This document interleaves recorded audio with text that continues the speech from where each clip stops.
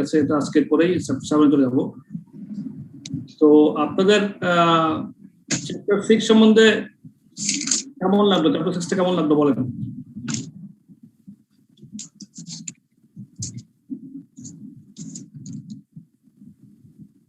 Chapter 6 এ আমরা কি করছি? ভ্যারিয়েন্স অ্যানালাইসিস করছি। তো এটাতে কোনো বুঝতে কোনো অসুবিধা হয়েছে?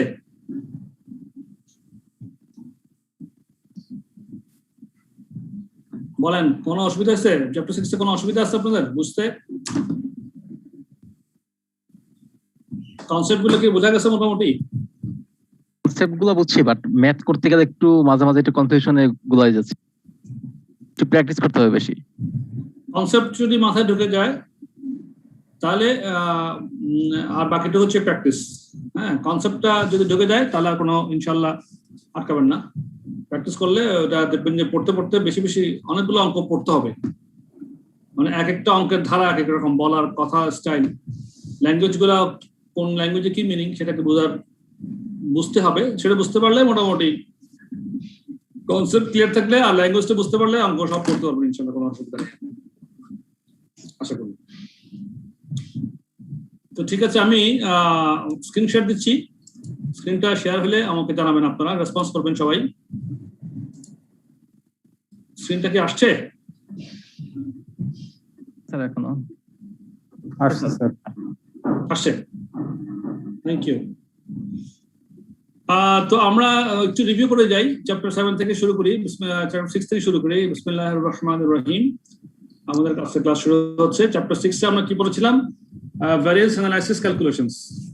তাতে আমরা material variance, labour variance, overhead variance, fixed overhead variance, variable overhead variance এগুলো সব জেনেছি, শিখেছি। এবং গত ক্লাসে আমরা কিভাবে এই সমস্ত ভ্যারিয়েন্স গুলো দিয়ে আমাদের অপারেটিং স্টেটমেন্টটা প্রডিউস করতে হয় এবং ওটার উপর রিপোর্টিং করতে হয়। তো আপনার সেটা এক্সাম্পল 10 এ আমরা করেছিলাম। ভেরি ইম্পর্টেন্ট, এক্সাম্পল 10টা আপনারা অবশ্যই হাতে কলমে করবেন। হাতে কলমে এই একটা অঙ্ক কিন্তু ফুললি কভার করে চ্যাপ্টারটা। এটা অবশ্যই হাতে কলমে করবেন। আরো কিছু অঙ্ক আপনাদের এই আন্ডারস্ট্যান্ডিং টেস্ট আন্ডারস্ট্যান্ডিং মধ্যে আছে, সেটা বলে দেবো, সেটাও করবেন। তার একটু দেখি, লাস্ট একটা অঙ্ক বাকি ছিল, গত ক্লাস আমরা করতে পারিনি, সেটা একটু করে আমরা একটু আগায় যাই। তো জি বলেন।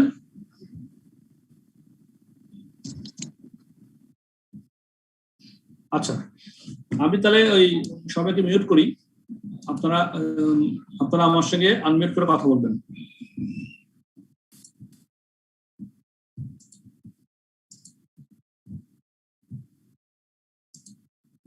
হ্যাঁ, তো এই স্ক্রিন দেখতে পাচ্ছেন এখন সবাই? জি স্যার, দেখা যাচ্ছে। আমরা গত ক্লাসে ছিলাম এখানে যে ভ্যারিয়েন্স অ্যানালাইসিসের মধ্যে আমরা অঙ্কটা করেছিলাম চ্যাপ্টার এক্সাম্পল 10, যাতে আমরা রিপোর্ট রাইটিং করছি, যে অ্যাপ্রোপ্রিয়েট ভ্যারিয়েন্স গুলো বের করছিলাম। বের করে আমরা অপারেটিং স্টেটমেন্ট রিকনসাইলেশন করছি, বাজেটের প্রফিটের সঙ্গে অ্যাকচুয়াল প্রফিটটা রিকনসাইল করে দিয়েছিলাম। এই ধারাবাহিকতায় আমরা আজকে অঙ্কটা করবো। একটা হচ্ছে ব্যাক ক্যালকুলেশন করে, ওয়ার্কিং ব্যাকওয়ার্ডস। ব্যাকওয়ার্ডস মানে আমাদের যে ধারণা নিয়ে আমরা ভ্যারিয়েন্স গুলো করছি, সেই ভ্যারিয়েন্স গুলোর লজিক গুলো কাজে লাগিয়ে আমরা ব্যাকওয়ার্ড ক্যালকুলেশন করে বিভিন্ন রকম ডেটা বের করতে পারি। সেটা আজকে দেখবো। এটা খুব ইন্টারেস্টিং একটা অঙ্ক, এটা আপনারা ভালো মতো বুঝেন। বলতেছে Q limited operates a system of standard costing in respect of one of its products. সবাই আমাকে শুনতে পাচ্ছেন তো না? জি স্যার। জি স্যার, পাচ্ছি স্যার। আচ্ছা, which is manufactured within a single cost center. The following information is given. For 1 unit of product, the standard material input is 16 liters at a standard price of $250 per liter. তাহলে কি বলছে? Material input 16 litre করে এক একটা product, একটা ইউনিটে লাগে 2 টাকা 50 পয়সা করে স্ট্যান্ডার্ড। এগুলো স্ট্যান্ডার্ড 16 লিটার এবং 2 টাকা 50 পয়সা standard. Standard labour rate $5 per hour and 6 hours are allowed to produce 1 unit. তাহলে আমার এক ইউনিটে কত লেবার লাগতেছে এখানে 5 টাকা করে 530 টাকা লাগতেছে তাই না স্ট্যান্ডার্ড লেবার আওয়ার্স $5 করে per hour and 6 hours are allowed to produce 1 unit. এরপরে দেখেন fixed production overhead is absorbed at the rate of 120% of direct labor cost. তাহলে ডাইরেক্ট লেবার কস্ট হচ্ছে 5 টাকা করে তাহলে 120% হলে কত টাকা আপনার সেই ক্যালকুলেটর আছে না সবার সামনে খাতা কলম ক্যালকুলেটর স্যার আছে হ্যাঁ এটা সামনে রাখেন মোটটাও ক্যালকুলেটর নিলাম তো তাহলে আমার $5 করে যদি আমার লেবার রেট হয় বলতেছে fixed production overhead is absorbed at the rate of 120% of direct labour cost তাহলে আমার ফিক্সড প্রোডাকশন ওভারহেড কস্ট কত করে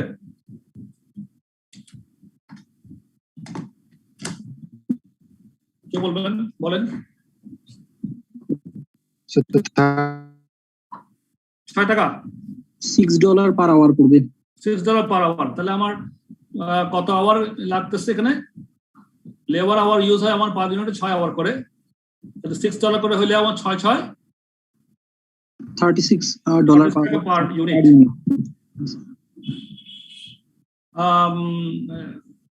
একটা কথা এই প্রেক্ষিতে বলি যখন আপনারা অঙ্কগুলো পড়বেন পড়ার সময় কিন্তু টুকটাক ক্যালকুলেশনগুলো মাথায় নিয়ে আসবেন যেমন এখানে আমরা এই যে লেবারের কস্ট কত 5 টাকা করে পার ঘন্টা 6 ঘন্টায় লাগে তাহলে 530 টাকা পার ইউনিট লাগতেছে এই যে ছোটখাটো হিসাবগুলো মাথায় নিয়ে আসবেন সঙ্গে সঙ্গে নিয়ে আসবেন তাতে আপনার প্রশ্নটা বুঝতে ধারাবাহিকভাবে বুঝতে সুবিধা হবে এবং প্রশ্ন যখন শেষে গিয়ে কি রিকোয়ারমেন্ট সেটাও আপনি যখন আগে পড়ে ফেলবেন বা পরে পড়বেন যখনই পড়েন না কেন তাহলে ওটা মেলাতে আপনার সুবিধা হবে তাহলে এক্ষেত্রে আমরা বলতেছি যে আমার 6 লিটার ফিক্সড প্রোডাকশন ওভারহেড 120% মানে 6 টাকা করে 6 ঘন্টা 36 টাকা during the last 4 weeks accounting period the following occurred so the material price variance was extracted on purchase and the actual price paid was 2.45 per liter তাহলে এটা এগুলা অ্যাকচুয়াল ফিগার বোঝা আছে the material price variance was extracted on purchase and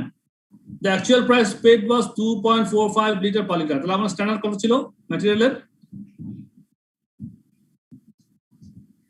এই যে প্রশ্নের প্রথম standard price লেখা ছিল 2 টাকা 50 পয়সা পার লিটার আর আমরা অ্যাকচুয়াল প্রাইস কত দিয়ে গেলাম 2 টাকা 45 পয়সা পার লিটার তাহলে কত এখানে ভ্যারিয়েন্স কত 5 পয়সা টাকা করে পার লিটার 5 পয়সা করে আমার কি হইছে আমরা কম খরচ করেছি কম খরচ হয়ে অ্যাডভান্স ফেভারেবল ফেভারেবল হ্যাঁ এই জাস্ট আমরা মাথায় ঢোকাই দেব প্রশ্নগুলো প্রথমেই টোটাল ডাইরেক্ট লেবার কস্ট ওয়াজ 1,21,500 তাহলে ডাইরেক্ট লেবার টোটাল কস্ট কত বলে দিচ্ছে আমরা এখানে আবার কিছু পরবর্তী ইনফরমেশন আছে সেটা দেখবো fixed production overhead cost incurred এটাও actual fixed production overhead cost incurred যেটা অ্যাকচুয়াল ইনকার্ড মানে অ্যাকচুয়াল 1,50,000 ভ্যারিয়েন্সেস ইনক্লুডেড আবার কিছু ভ্যারিয়েন্সের কথা বলে দিচ্ছে যেমন direct material price variance favourable 8,000 direct material usage variance adverse 6,000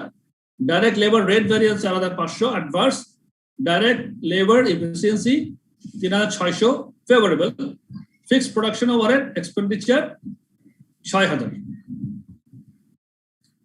এখন রিকোয়ারমেন্ট দিচ্ছে আমাদেরকে ভ্যারিয়েন্স গুলো বলে দিচ্ছে ম্যাটেরিয়াল ভ্যারিয়েন্স লেবার ভ্যারিয়েন্স আর fixed production overhead variance expenditure variance বলে দিচ্ছে রিকোয়ারমেন্ট দিচ্ছে কি calculate the following for the 4 week period এই যে লাস্ট 4 উইক পিরিয়ড যেটা ছিল ওটার জন্য এগুলোকে বের করতে বলছে কি কি পয়েন্ট আছে একটা হচ্ছে বাজেটেড আউটপুট ইন ইউনিটস তারপর B number of litres purchase C number of litres used above standard allowed D actual units produced E actual hours worked F average actual direct labor rate per hour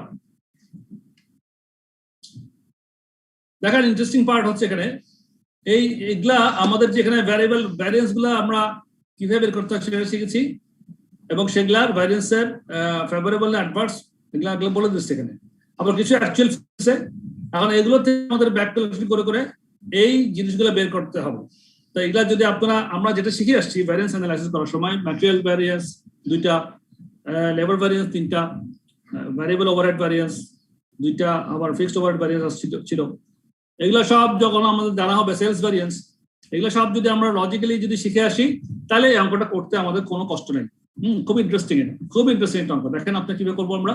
তাহলে প্রথমে বলছে বাজেটের output in units. প্রথমে আমরা সবচেয়ে ভালো হচ্ছে এখানে কস্ট কার্ডটা করে ফেলাম। আমার পার ইউনিট স্ট্যান্ডার্ড কস্ট, ওটাকে বলে কস্ট কার্ড। তাহলে কস্ট কার্ডটা করে ফেলেন। আমার এখানে যেটা করতে হবে, আমাদের এখানে ম্যাটেরিয়াল কত লাগে আগে সেটা দেখেন। স্ট্যান্ডার্ড কস্ট কি আমাদের ম্যাটেরিয়ালের? 1 unit product standard material input is 16 liters at a standard price of 250. তাহলে এক ইউনিটে আমার কত টাকার ম্যাটেরিয়াল লাগে? এনিবডি বলেন। আর এটা স্যার 40 টাকা স্যার। কত টাকা? 40 স্যার 40 40 টাকা। কেমনে হলো? 16 litre into 2.5 sir 2.5 litre per price. হ্যাঁ, তারপরে standard labour rate $5 per hour, 6 hour allowed produce 1 unit। তাহলে কত লেবার রেট কত পার ইউনিটে কত লাগতেছে আমার? 30 টাকা। 30 টাকা। 5 6 30 টাকা। Fixed production overhead 30। Fixed production overhead is absorbed at the rate of 120%. Money 30 এর 120%, 36 টাকা। 120% মানে কত টাকা? 36 টাকা। 6 টাকা পার আওয়ারে 6 টাকা, আর 6 ঘন্টায় 634 টাকা। Sir, 120% absorb of money, like why sir? Money 100% তো হইতে পারে absorption টা, but 120% কেন? yes sir. এটা সিচুয়েশনে আপনার অঙ্কে বলে দিচ্ছে আপনাকে এটা 80% হইতে পারে, 100% হইতে পারে, 120% বলে দিচ্ছে এখানে যে আমার যা ফিক্সড প্রোডাকশনটা আমার হয় লেবার স্ট্যান্ডার্ডের উপরে, লেবার আওয়ার স্ট্যান্ডার্ডের উপরে আমি ফিক্সড প্রোডাকশনটা আমার লেবার কস্ট যা তার 120% আমার ওভারহেড কস্ট হয়। বিষয়টা এটাই বলতে পারতো যে আমার লেবার কস্ট যা তার 80% আমার ওভারহেড লাগে, এটাও বলতে পারতো। 50% লাগে, এটাও বলতে পারতো। এই ক্ষেত্রে 120% বলছে, প্রশ্ন যা বলছে তাই। ঠিক আছে? Yes sir. তো বলতেছে fixed production overhead is absorbed at the rate of 120% of direct labour cost. আমার ডাইরেক্ট লেবার কস্ট যা তার 120%। তো এটা বের করে ফেলবেন। যেমন 30 টাকা 120% করলে 36 টাকা হয়, অথবা ওই যে 6 টাকা 5 টাকা 120% করলে 6 টাকা 6 6 34 টাকা, সেভাবে হয়। দুইভাবে করতে পারেন। During the last 4 weeks accounting period the following occurs. তাহলে আমরা এখন কস্ট কার্ডটা পেয়ে গেলাম। এখন আমরা বের করবো কি? প্রথমে হচ্ছে আমাদের বাজেটেড আউটপুট ইন ইউনিটস। তাহলে আমাদের দেখেন আমাদের এখানে ম্যাটেরিয়াল, এখানে আমাদের যে সমস্ত ভ্যারিয়েন্স দেওয়া আছে এগুলো আবার পড়ি। যে material price variance extracted and the actual price was 2 টাকা 45 পয়সা পার লিটার। তাহলে এখানে একটা ইনফরমেশন আছে আমাদের ম্যাটেরিয়াল পারচেজ ভ্যারিয়েন্সের, পারচেজ প্রাইস ভ্যারিয়েন্সের একটা বিষয় কিন্তু এখানে 5 টাকা 5 পয়সা করে আপনারা দেখতে পাচ্ছেন। আমাদের 8 টাকা করে স্ট্যান্ডার্ড ছিল, কিনছি আর 5 পয়সা করে 245 পয়সা, 2 টাকা 45 পয়সা। তার মানে 5 পয়সা একটা প্রাইস ভ্যারিয়েন্স পাচ্ছি। এখানে প্রাইস ভ্যারিয়েন্স যেটা আছে এটাকে ভাগ করলে কিন্তু একটা রেজাল্ট আমরা পাবো ওখান থেকে। আচ্ছা, এটা পরে আসতেছি। তার আগে আমরা ফিক্সড ওভারহেড দেখি। ফিক্সড প্রোডাকশন ওভারহেড কস্ট বলতেছে 1,50,000। কেমন? এখন দেখেন কিভাবে করবো আমরা। ফিক্সড প্রোডাকশন ওভারহেড 1,50,000, আর আমাদের ফিক্সড প্রোডাকশন ওভারহেড এক্সপেন্ডিচার 6,000 টাকা অ্যাডভান্স। তাহলে আমাদের স্ট্যান্ডার্ড কত ছিল? অ্যাকচুয়াল করছি 1,50,000, আর বলতেছে ভ্যারিয়েন্স এবং variance fixed production overhead expenditure variance advance 6,000। কেমন? তার মানে কি? অ্যাডভান্স 1,50,000 থেকে 1,44,000 স্ট্যান্ডার্ড ছিল। হ্যাঁ, 1,00,000 কিভাবে পেলাম? 1,50,000 খরচ করাতে দেখতেছি যে আমরা 6,000 টাকা আমাদের কিসে অ্যাডভান্স, মানে বেশি খরচ করছি। তাহলে স্ট্যান্ডার্ড কত খরচ করা উচিত ছিল? 1,44,000। হ্যাঁ, 1,50,000 বিয়োগ 6,000 বেশি করে ফেলছি, স্ট্যান্ডার্ড থেকে বেশি করেছি 6,000, ওই জন্য অ্যাডভান্স আসছে। তাহলে আমার হওয়া উচিত ছিল 1,34,000। কিভাবে পেলাম? 1,50,000 থেকে 6,000 বিয়োগ করে পেলাম। এখন এই 1,44,000 পেয়ে গেলাম। তাহলে আমার স্ট্যান্ডার্ড ফিক্সড ওভারহেড আমরা যেটা একটু ক্যালকুলেশন করছিলাম কত টাকা ছিল? 6 ঘন্টায় 6 টাকা করে একটু আগে বের করলাম না আমরা? 36 টাকা। এবার তাহলে আমরা যদি স্ট্যান্ডার্ড কস্টকে স্ট্যান্ডার্ড প্রাইস দিয়ে ভাগ করি, তাহলে আমার স্ট্যান্ডার্ড আউটপুট আমার বাজেট আউটপুট বেড়ে যাবে না?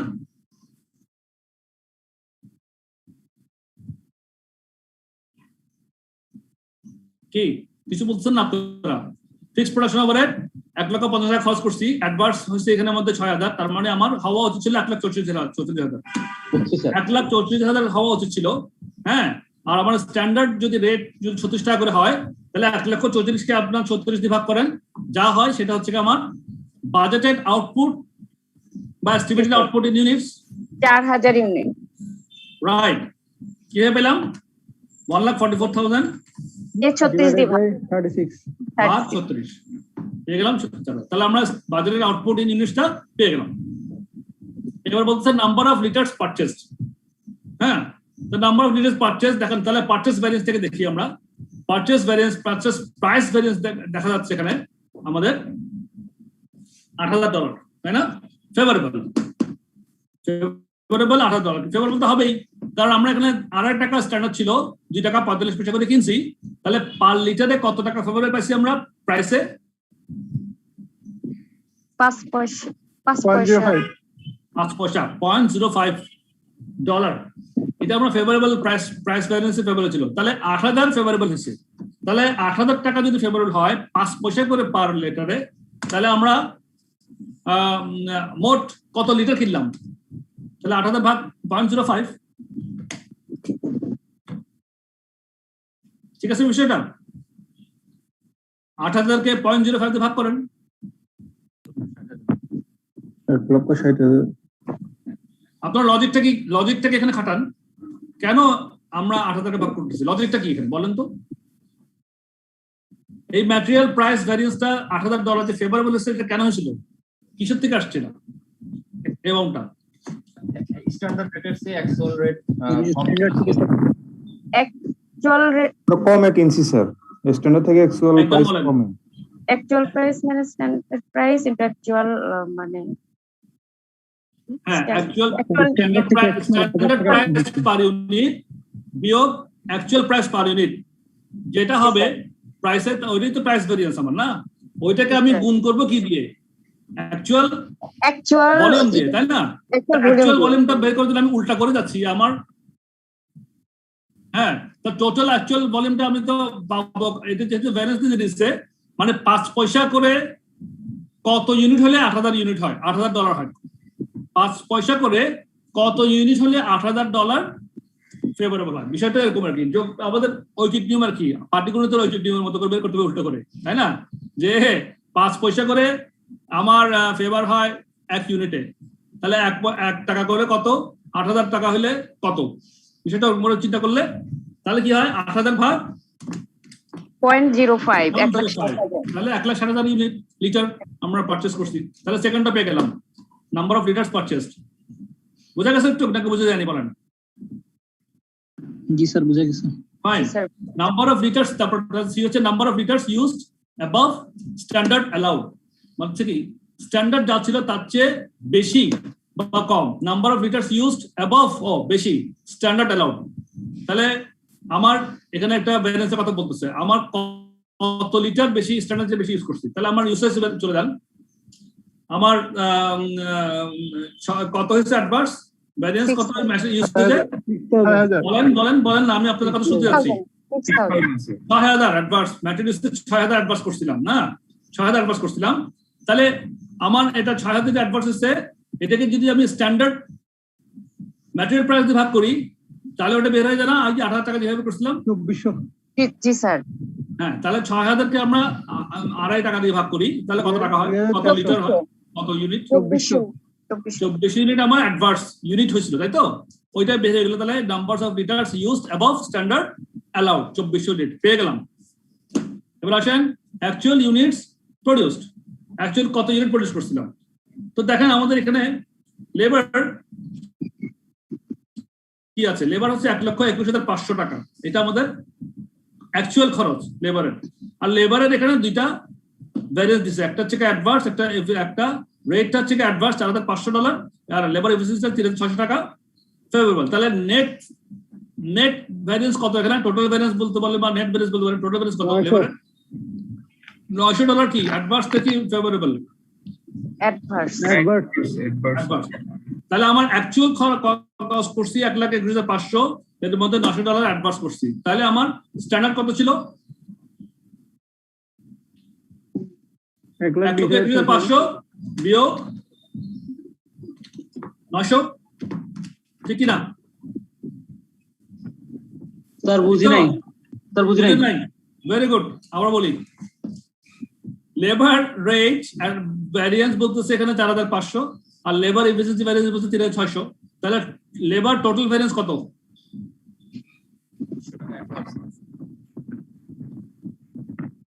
বুঝে না কে বলছে? ওনাকে বলছি। ওনার নাম কি? আপনার নাম কি? যিনি বুঝেন নাই ওই আমার কথা বলো না। বুঝেন নাই যিনি বলছেন, আপনি বলেন লেবার ভ্যারিয়েন্স কত এখানে?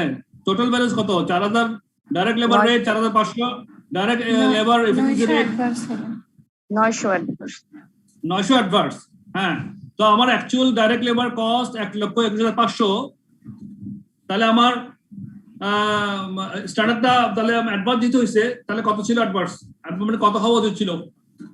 1,21,500 সঙ্গে 900 টাকা আবার অ্যাডজাস্ট করবেন, বিয়োগ করেন 900 টাকা, তাহলে 1,20,600 টাকা আমার খরচ করা উচিত ছিল, তাই তো? 1,20,600 ইউনিট 600 টাকা আমাদের খরচ করা উচিত ছিল।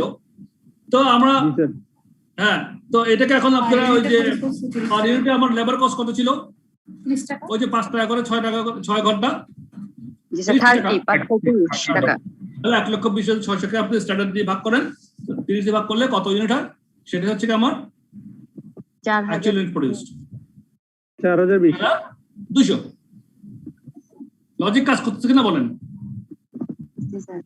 এগুলো একদম লজিক্যালি আপনাকে এগুলো হিসাব করে আনতে হবে, ঠিক আছে না? জি স্যার, কিন্তু আমরা ম্যাথটাকে কি কোনোভাবে সাজাইতে হবে না? এখানে যেরকম ন্যারেশন দিয়ে লেখছে, বিবরণ দিয়ে এভাবে লিখে ফেলবো নাকি স্যার নিজের মতো করে? না না, ওই ন্যারেশন যা দিছে ওটা লেখক গিয়ে অসুবিধা নেই, আপনার যা সিস্টেমটা ক্যালকুলেশন দেখা দিবেন। এখানে ন্যারেশন দিছে বোঝার জন্য। হ্যাঁ, যেটা আমি আপনাদের বলে দিচ্ছি ওটা, এটা আপনারা আবার পড়বেন, তো ন্যারেশন গুলো পড়ে আবার এটাকে রিফাইন করবেন। আমি তো বলে দিচ্ছি ন্যারেশন গুলো আপনারা পড়ে কি করবেন, রিভিউ করে নিজেকে রিফাইন করবেন, মাথায় ভালো মতো ঢুকে করবেন, বুঝছেন না? কিন্তু পরীক্ষাতে এত সব লেখার দরকার নেই। পরীক্ষাতে কি এত সব লেখার দরকার নাই, শুধুমাত্র হিসাবটা দেখা দিবেন, ঠিক আছে না? Actual hours work, actual hour invest produce specific আর অ্যাকচুয়াল আওয়ার্স ওয়ার্ক। তাহলে দেখেন আমাদের 4,220 ইউনিট আমরা প্রোডাকশন করছি, তাহলে আমাদের 4,020 ইউনিটের জন্য 6 ঘন্টা করে কত ঘন্টা লাগত ছিল? 24,120।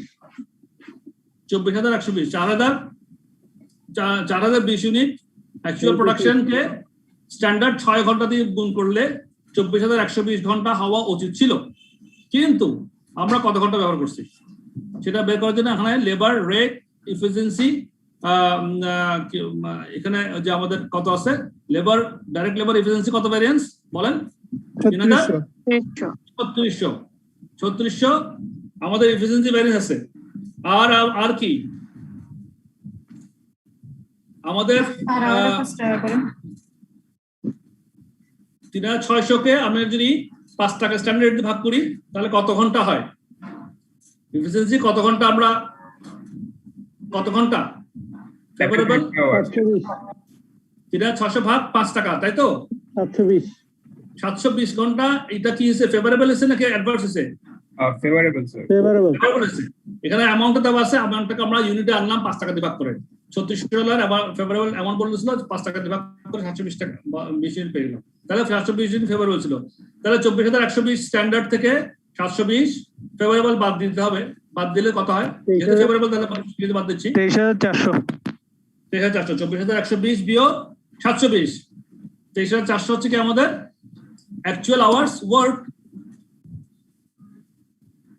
আর তারপর হচ্ছে কি average actual direct labour rate per hour. এবার আমাদের 1,21,500 টাকা হচ্ছে direct labour cost actual figure, 1,21,500, আর 23,400 বের করলাম অ্যাকচুয়াল আওয়ার্স ওয়ার্ক। তাহলে 1,21,500 কে 23,400 তে ভাগ করেন, ভাগ করলে 5.1923 হ্যাঁ। তো এটা জাস্ট আমরা যা ভ্যারিয়েন্সে করছি একদম কনক্লুশনের লাস্ট অঙ্ক এটা যা করছি লজিক্যালি বুঝছি কিনা, যারা বুঝেন নাই লজিক্যালি এই চ্যাপ্টারটা তারা কিন্তু এটা করতে গিয়ে দাঁড়া হয়ে যাবে, ঠিক কিনা বলেন?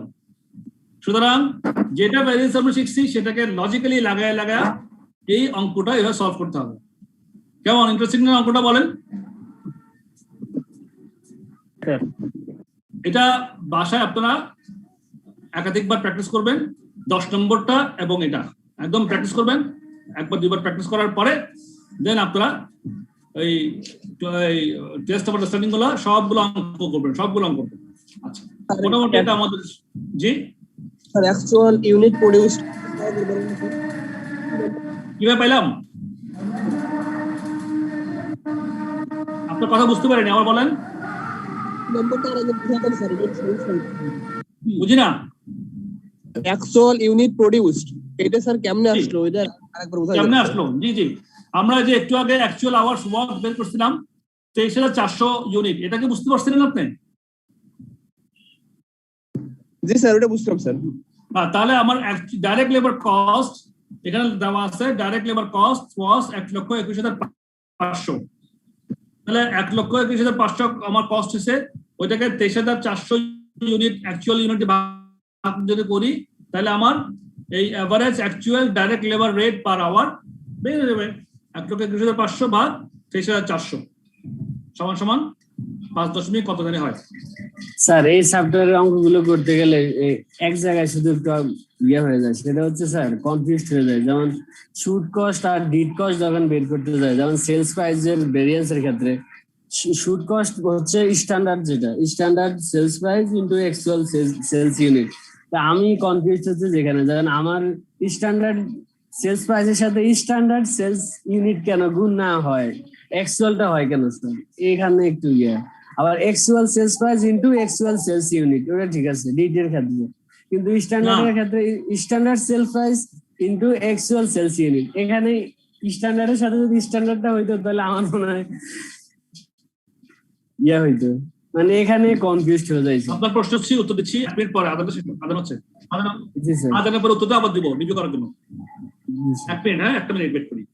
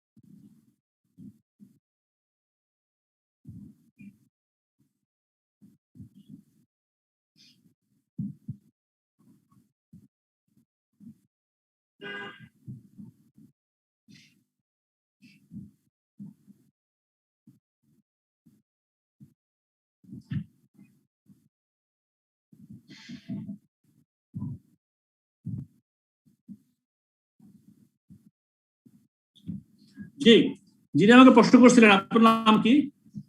গোলাম রাসেল স্যার। রাসেল, দেখেন আমি জাস্ট চ্যাপ্টার শেষ, আমি তবুও একটা রিভিউ করে দিচ্ছি। বরং রিভিউতে একটু আমরা এখানে চ্যাপ্টার সামারিতে গিয়েও বলতে পারবো কথাটা। এই দেখেন আমরা ভ্যারিয়েন্স অ্যানালাইসিস করছি, ম্যাটেরিয়াল এখানে পড়ছি কি material variance, labour variance, variable overhead variance, fixed overhead variance, sales variance.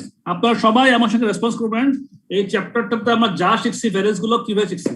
হ্যাঁ, আর গোলাম রাসেলের যে প্রশ্নটার উত্তর সেটা আমি প্রথমে দিয়ে দিই। আমরা কি করি, আমরা এখানে দেখেন এই প্রথম চারটা material, labour, variable overhead, fixed overhead, এগুলো থেকে কি সব কস্ট কম্পোনেন্ট, ইজন্ট ইট?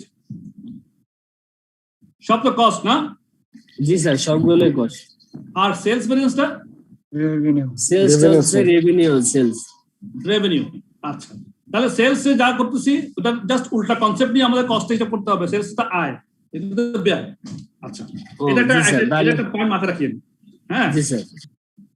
তারপরে তাহলে আপনার প্রশ্ন ছিল সেলস এর মধ্যে কি খাবার না স্যার? স্যার আমার প্রশ্ন হচ্ছে যে যেহেতু আমি স্ট্যান্ডার্ড করবো, স্ট্যান্ডার্ডের সাথে স্ট্যান্ডার্ড সেলস প্রাইসের সাথে কেন স্ট্যান্ডার্ড সেলস ইউনিট যোগ হয় না, গুণ হয় না, সেটা নিয়ে আমি একটু কনফিউজ। যে স্ট্যান্ডার্ড এখন মনে করেন আমি আপনাকে সহজ করে বলি, আপনার সেলস ভ্যারিয়েন্সে আমরা কি পাচ্ছি? সেলস প্রাইস ভ্যারিয়েন্স আর সেলস ভলিউম ভ্যারিয়েন্স, তাই তো? জি স্যার, জি। প্রাইস ভ্যারিয়েন্সটাই বলি আপনাকে একটা। প্রথমে প্রাইস ভ্যারিয়েন্সটা হচ্ছে আপনি প্রথমে ইউনিট প্রাইসটা হিসাব করবেন, cost per unit, sales price per unit. তাহলে অ্যাকচুয়ালি কত আমার বাজেট কত প্রাইস ছিল, বাজেট ছিল কত আর অ্যাকচুয়াল হয়েছে কত, অ্যাকচুয়াল কত ইউনিট আর কত প্রাইসে বিক্রি করছি। মনে করেন অ্যাকচুয়াল বাজেট ছিল 6 টাকা করে বিক্রি করব, কিন্তু অ্যাকচুয়াল বিক্রি করছি 5 টাকা করে। তাহলে আমার সেলস প্রাইস পার ইউনিটের মধ্যে এই যে 1 টাকা ডিফারেন্স হলো, এটা কি অ্যাডভান্স বলবেন নাকি ফেভারেবল বলবেন? জি স্যার, মানে 5 টাকা স্ট্যান্ডার্ড ছিল আর 60 টাকা অ্যাকচুয়াল ছিল, তাহলে আমার ফেভারেবল স্যার, যেহেতু আমার 1 টাকা বেশি সেলসে। জি স্যার, সেলসে এইখানে আপনার কনসেপ্টের গলত, আমি এই জন্য পয়েন্ট আপনাকে দিলাম। আমার সেলসে ইনকাম 5 টাকা বাজেট করছিলাম, 4 টাকা বেচছি, তাহলে ফেভারেবল আপনার হয়? জি স্যার, এখন কনসেপ্টে ক্লিয়ার, যেহেতু আমার রেভিনিউর ক্ষেত্রে হবে। জি স্যার, আবার দেখেন ম্যাটেরিয়াল কিনছি 5 টাকা করে পার লিটার কিনবো, 5 টাকা করে পার কেজি কিনবো চিন্তা করছিলাম, বাজেট করছিলাম 4 টাকা। বাকি যে সাইডটা আছে ডিরেক্ট ম্যাটেরিয়াল, লেবার, ভ্যারিয়েবল, ওগুলা তো কস্ট, ওই জন্য হচ্ছে ওগুলোর ক্ষেত্রে উল্টা কনসেপ্ট আসবে, যেহেতু আর এটা তো রেভিনিউ। জি স্যার, এবার আশা করি আপনার করতে আর অসুবিধা হবে না। এটাই হচ্ছে এখানে হচ্ছে একটু আপনার কনসেপ্ট একটু গলত ছিল, ঠিক আছে না? এবার জি স্যার, থ্যাংক ইউ। আমরা এই ভ্যারিয়েন্স অ্যানালিসিসের মধ্যে কি করলাম? ম্যাটেরিয়াল ভ্যারিয়েন্স পড়ছি। আচ্ছা, এখন সবাই আমার সঙ্গে রেসপন্স করেন, ম্যাটেরিয়াল ভ্যারিয়েন্স কি কি পড়ছি আমরা? material price variance, material uses variance. Fine. Total material variance. প্রথমে টোটাল ভ্যারিয়েন্সটা বের করতে পারি, স্প্লিট করলে দুইটা ভাগে ভাগ হয়ে যায়, একটা হচ্ছে প্রাইসের কারণে ভ্যারিয়েন্স হয়েছে, আরেকটা হচ্ছে ইউসেজের কারণে ভ্যারিয়েন্স। আবার প্রাইস ভ্যারিয়েন্স ইউসেজ ভ্যারিয়েন্স যোগ করলে টোটাল ভ্যারিয়েন্সটা আমাদের কি হয়? বেড়ে যাবে। এবার লেবার ভ্যারিয়েন্স কি ছিল? Labor total variance, efficiency variance, idle variance, idle time variance. হচ্ছে total labour rate variance, labour Efficiency. Efficiency variance, একটা idle variance, idle capacity Idle time variance, variance. Idle time variance. গেল। আবার এগুলা plus minus করলে total ভ্যারিয়েন্সটা কিন্তু automatic বের হয়ে যায়। ভ্যারিয়েবল ওভারহেড ভ্যারিয়েন্স, এখানে কি ছিল? রেট ভ্যারিয়েন্স আর এফিশিয়েন্সি আর হচ্ছে এক্সপেন্ডিচার। সরি এফিশিয়েন্সি আর স্পেন্ডিং। এক্সপেন্ডিচার। জি স্যার, এক্সপেন্ডিচার ভ্যারিয়েন্স মানে আমার প্রাইস লেবার ম্যাটেরিয়াল ক্ষেত্রে যেটা প্রাইস ছিল বা লেবারের ক্ষেত্রে যেটা রেট ছিল, ভ্যারিয়েবল ওভারহেড ক্ষেত্রে বলবো আমরা কি? Expenditure variance. আরটা ছিল এফিশিয়েন্সি ভ্যারিয়েন্স। লেবার ভ্যারিয়েন্স যে এফিশিয়েন্সি যেভাবে মাপযোগ করতাম, ভ্যারিয়েবল ওভারহেড এফিশিয়েন্সি একই রকম করে মাপযোগ করব। গেল। ফিক্সড ওভারহেড ভ্যারিয়েন্সের মধ্যেও এক্সপেন্ডিচার ভ্যারিয়েন্স আর অর্থাৎ হচ্ছে volume variance sir. Volume variance. Volume variance কি? এক্সপেন্ডিচার ভ্যারিয়েন্স আরটা ভলিউম স্যার। ভলিউম ভ্যারিয়েন্স না? আচ্ছা, তা সেলস এর মধ্যে কি ছিল?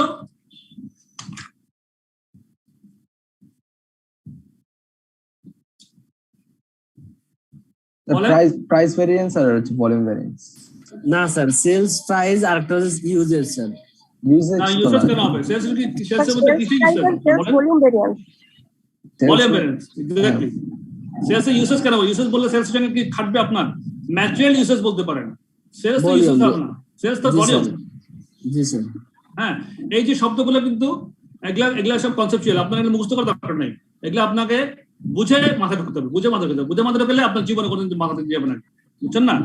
আপনার সেলসকে ইউজেস বললে কিন্তু পারফেক্ট হবে না। ম্যাটেরিয়াল ইউজেস হতে পারে, সেলস ইউজেস না। সেলসটা তো আমার ভলিউম, সেলসের ভলিউম বাড়লো কমলো, তাই না? তারপর ম্যাটেরিয়াল প্রাইস হতে পারে, সেলসও প্রাইস হতে পারে। লেবার কিন্তু প্রাইস বলা, লেবার করতে বলে রেট, ভ্যারিয়েবল ওপরে করতে বলে এক্সপেন্ডিচার। এই ছোটখাটো বিষয়গুলো মনে রাখবেন, ইনশাআল্লাহ আর কোনো ঝামেলা হবে না। সো এই চ্যাপ্টারটা মোটামুটি আশা করি সবার ক্লিয়ার হয়েছে কনসেপ্টটা। অঙ্কগুলো এখানে যা আছে, প্র্যাকটিস গুলো, টেস্ট অফ আন্ডারস্ট্যান্ডিং 1 2 3 4 সব বলে করবেন একদম। তবে স্যার একটা কোশ্চেন ছিল। জি বলেন। 8, হ্যাঁ 8 আমি শেষ করি। 8 নম্বর, 9 নম্বর, 10 নম্বর কোশ্চেন, 4 নম্বর কোশ্চেন এগুলা একটু হাতে কলমে করিয়েন। আর সবগুলো প্রশ্ন কেন করবেন, কেন পড়বেন, সবগুলো প্রশ্ন পড়লে আপনাদের যেটা ভালো হবে সেটা হচ্ছে এক একটা প্রশ্নের মধ্যে এক এক ধরনের স্টেটমেন্ট দেওয়া থাকে, মানে কোশ্চেন গুলার স্টাইল থাকে। স্টাইলগুলো আপনি যখন পড়বেন বিশেষ করে মাথায় চলে আসবে যে কি কি ধরনের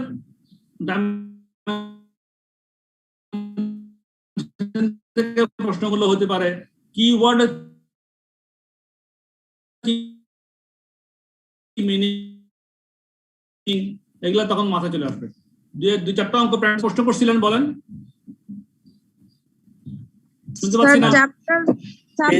শেষে হচ্ছে এবিসি কস্টিং এর একটা ভেরিয়েন্স দেওয়া আছে, ওইটা কি, ওইটার কনসেপ্টটা স্যার ক্লিয়ার না, ওটা কি পরীক্ষা আসার মতো?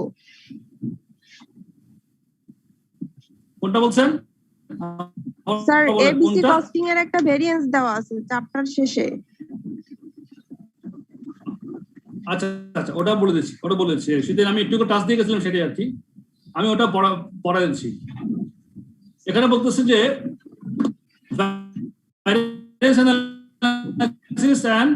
আদার অ্যাকাউন্টিং মেথডস, আমরা যে ভ্যারিয়েন্স অ্যানালাইসিস যেটা করছি, ABC analysis of overhead cost is possible. Cost এটাতে এবিসি অ্যাপ্রোচটা দিয়ে আপনি করতে পারেন। কনসেপ্ট কিন্তু সেম, কনসেপ্ট যা শিখছি তাই, শুধু আমরা ওভারহেড কস্ট করার সময় অ্যাপ্লিকেশন কস্ট হিসেবে যেটা করছি এখানে এবিসি হিসেবেও করা যায় আর কি, বিষয়টা এরকম। কনসেপ্টটা আমাদের যারা শিখছি বাইরে কিছু নেই। This follows the ABC logic. ABC logic মানে কি? আমরা এবিসিতে কি করতাম, ওভারহেডটাকে ভেঙে কস্ট পুল এবং কস্ট ড্রাইভের মধ্যে ভাগ করে খাত অনুযায়ী আমরা ওভারহেডটাকে ভাগ করতাম, তাই তো?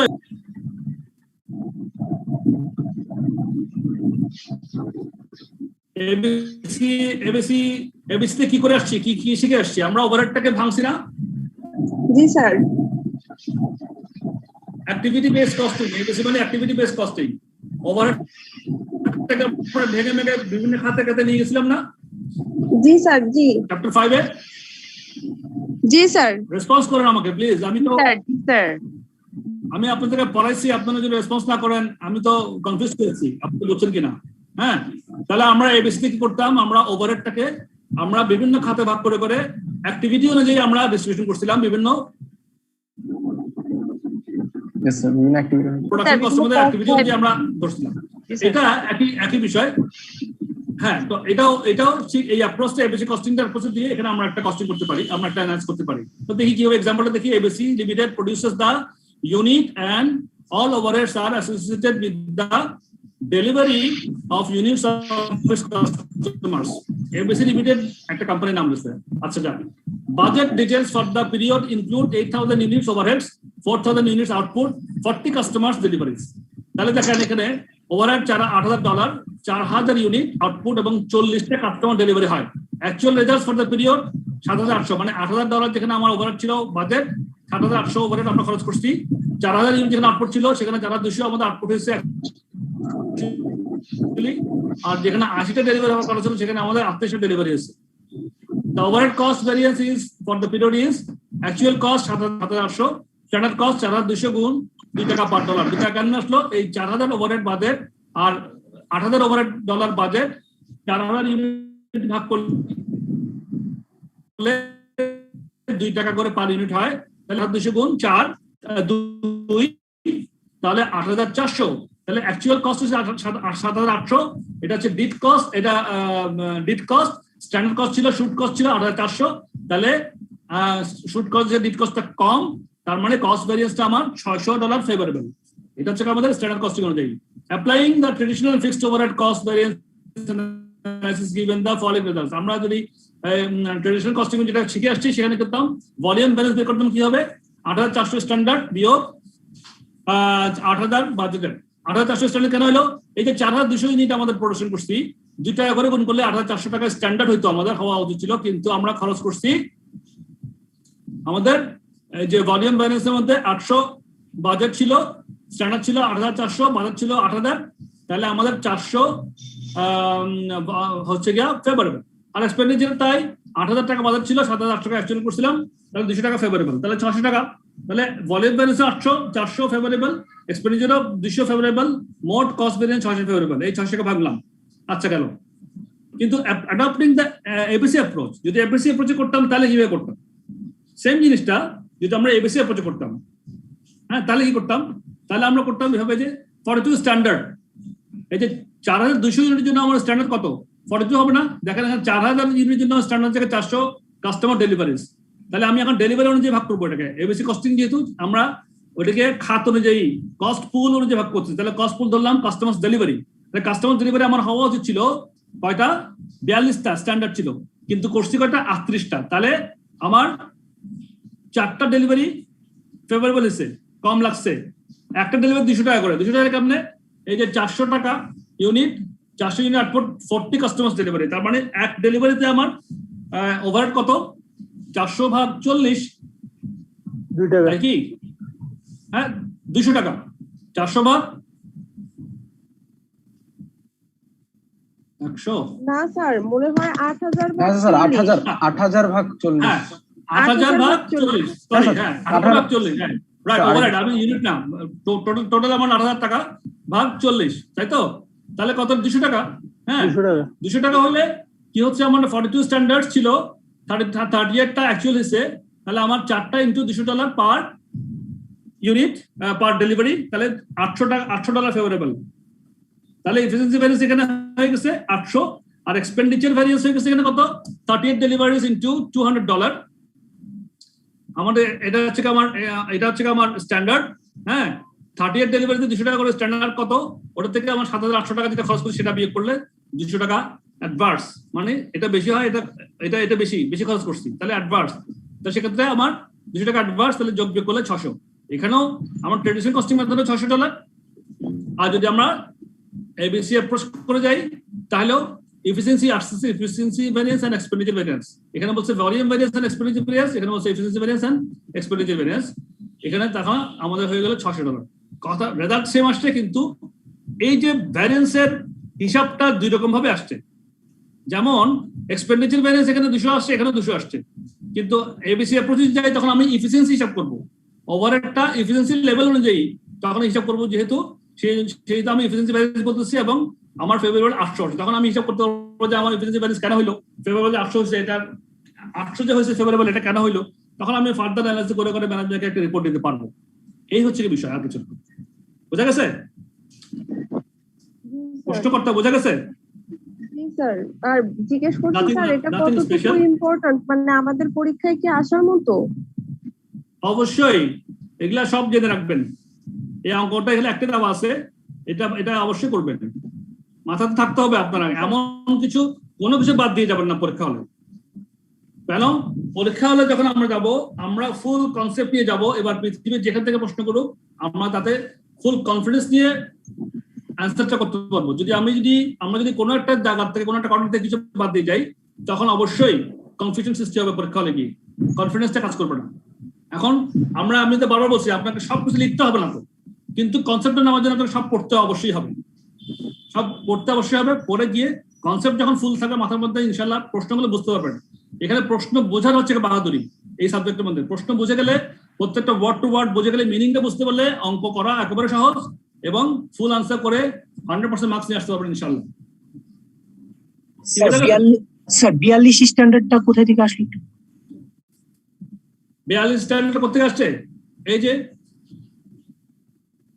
এখানে 400 ইউনিটস আউটপুট, 40 কাস্টমার্স ডেলিভারি। কেমন? জি স্যার, জি স্যার। 40 কাস্টমার ডেলিভারি, আর এখানে আছে 4200 ইউনিটস। কেমনে আসলো 4200 ইউনিটস? এই যে আপনার এখানে 4200 ইউনিট বলে দিয়েছে, 4200 ইউনিটস আউটপুট বলে দিয়েছে, 38 কাস্টমার্স। এই যে 4200। জি স্যার, 4200। এখান থেকে পাওয়া যাচ্ছে। এটা হচ্ছে অ্যাকচুয়াল। এটা হচ্ছে বাজারে 4000 ছিল, 40টা কাস্টমার ডেলিভারি, আর 4200 আউটপুট, 38টা কাস্টমার ডেলিভারি। এখান থেকে 42টা আসছে। এখানে তো স্ট্যান্ডার্ড ছিল 40 ডেলিভারিজ। 40 স্ট্যান্ডার্ড ছিল 40 কাস্টমার ডেলিভারি 4000 ইউনিটের জন্য 8000 টাকা। 8000 টাকা 40 কাস্টমার ডেলিভারির জন্য। তাহলে পার কাস্টমার ডেলিভারি কত টাকা? 8000 ভাগ 40, 200 টাকা। জি স্যার, 200 টাকা। জি, বাট আমার আমার কোশ্চেনটা হচ্ছে যে 42 স্ট্যান্ডার্ড ডেলিভারিজ এটা কোথেকে আসলো স্যার? স্ট্যান্ডার্ড ডেলিভারিজ কোথায় পেলেন এখানে? স্যার এরপরে পেজে ওই অ্যাক্টিভিটি এবিসি কস্টিং এই যে এখানে এই যে এটা ব্যালেন্স স্ট্যান্ডার্ড কেন? জি স্যার। এটাই প্রশ্ন আপনার, ব্যালেন্স স্ট্যান্ডার্ড কেন? জি স্যার। আমার আউটপুট কত? 42 দিন না? জি স্যার। তো 4000 ইউনিটের জন্য 40 কাস্টমার, ব্যালেন্সের জন্য ব্যালেন্সটা হয় না? 4000 ইউনিটের জন্য 40টা কাস্টমার ডেলিভারি, তাহলে 42 ইউনিটের জন্য 42টা কাস্টমার ডেলিভারি। ও আচ্ছা, এটা কি স্ট্যান্ডার্ড? হ্যাঁ হ্যাঁ হ্যাঁ, স্ট্যান্ডার্ড অনুযায়ী করলে 42টা ইউনিটের জন্য 42 ইউনিটের জন্য 42টা। হ্যাঁ হ্যাঁ হ্যাঁ ঠিক আছে। বুঝা গেছে? তাহলে এখানে 42 ইন্টু 38টা হচ্ছে অ্যাকচুয়াল, স্ট্যান্ডার্ড ছিল 42। ক্লিয়ার? দ্যাটস মিন এটা হচ্ছে 42 ইউনিটের জন্য আমার হচ্ছে 42 standard deliveries. Exactly, you are right. Okay sir. So আশা করি চ্যাপ্টারটা আপনারা সবাই বুঝছেন। রিভিউ অবশ্যই করতে হবে, চ্যাপ্টার মধ্যে কঠিন কিছু নাই, কনসেপ্টটা হচ্ছে মেইন। এবার রিভিউ করলে আপনারা সব প্রশ্নগুলো যখন করবেন এগুলো সব করে সব প্রশ্নগুলো করবেন, এবং বিশেষ করে এই 10 নম্বর, তারপরে পরের এই সলিউশনটা, ওয়ার্কিং ব্যাকগ্রাউন্ডস, এরপরে 8 নম্বর 9 নম্বর 10 নম্বর test of exam, test of year understanding, ওগুলো করলে দেখবেন যে একদম ক্লিয়ার হয়ে গেছে, একদম পানির মতো হয়ে যাবে। সবচেয়ে বড় কথা হচ্ছে কনসেপ্ট। 4 নম্বরটাও এখানে একটু কিছু এক্সট্রা কথা লেখা আছে, এগুলো পড়বেন, পড়লে মাথা চলে আসবে। এই যে কনসিস্টেন্সি ব্যাপার বলা আছে, হ্যাঁ 6 নম্বর 7 নম্বর, এগুলো সবগুলাই ইন্টারেস্টিং। প্রত্যেকটা অঙ্ক পড়বেন, ভালো মতো পড়ে পড়ে বুঝে বুঝে পড়বেন। সবগুলো হাতে লিখলে করার দরকার নাই, কিন্তু পড়তে অবশ্যই হবে। পড়লে হবে কি জানেন, আপনাদের যে লেখার যে এখানে প্রশ্নের যে এটা ডাইমেনশন গুলো বুঝতে পারবেন, কোন শব্দের কি মিনিং, কেমন প্রশ্নটা কিভাবে আসতে পারে, এগুলো মাথায় চলে আসবে। আর 2-4টা অঙ্ক আপনারা হাতে কলমে করবেন, ইনশাআল্লাহ এই চ্যাপ্টার ক্লোজ। ক্লিয়ার? তো ঠিক আছে, আমরা একটু আমাদের ব্রেক নিই, তারপরে ইনশাআল্লাহ আমরা নেক্সট চ্যাপ্টারে চলে যাব, চ্যাপ্টার 7। মোস্টলি থিওরিটিক্যাল, কিন্তু কনসেপচুয়াল অনেক কিছু আছে ওখানে, ওটা জানতে হবে ভালো করে। আমরা চলে যাব, আমাদের একটা ব্রেক নিচ্ছি, আমাদের পরে ইনশাআল্লাহ চ্যাপ্টার 7 শুরু হবে। সো 5 থেকে 7 মিনিট, 7-8 মিনিট, 10 মিনিট যতক্ষণ লাগে আর কি।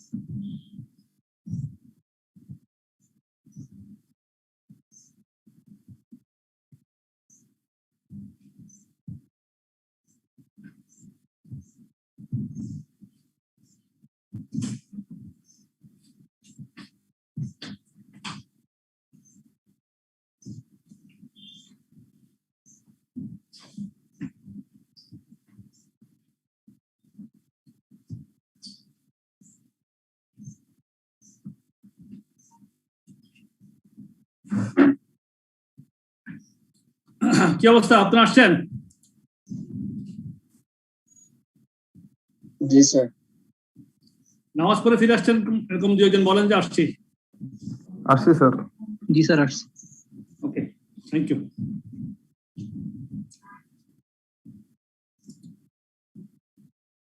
তো আমরা আজকে নতুন চ্যাপ্টার চলে যাচ্ছি, chapter 7, this is variance analysis discussion element. এটা মূলত এটা মোস্ট এটা থিওরি সবগুলোই, কিন্তু কনসেপচুয়াল এবং কনসেপ্ট আমাদের লাগবে অনেক বেশি করে মাথায় ঢুকাতে হবে কনসেপ্টগুলো।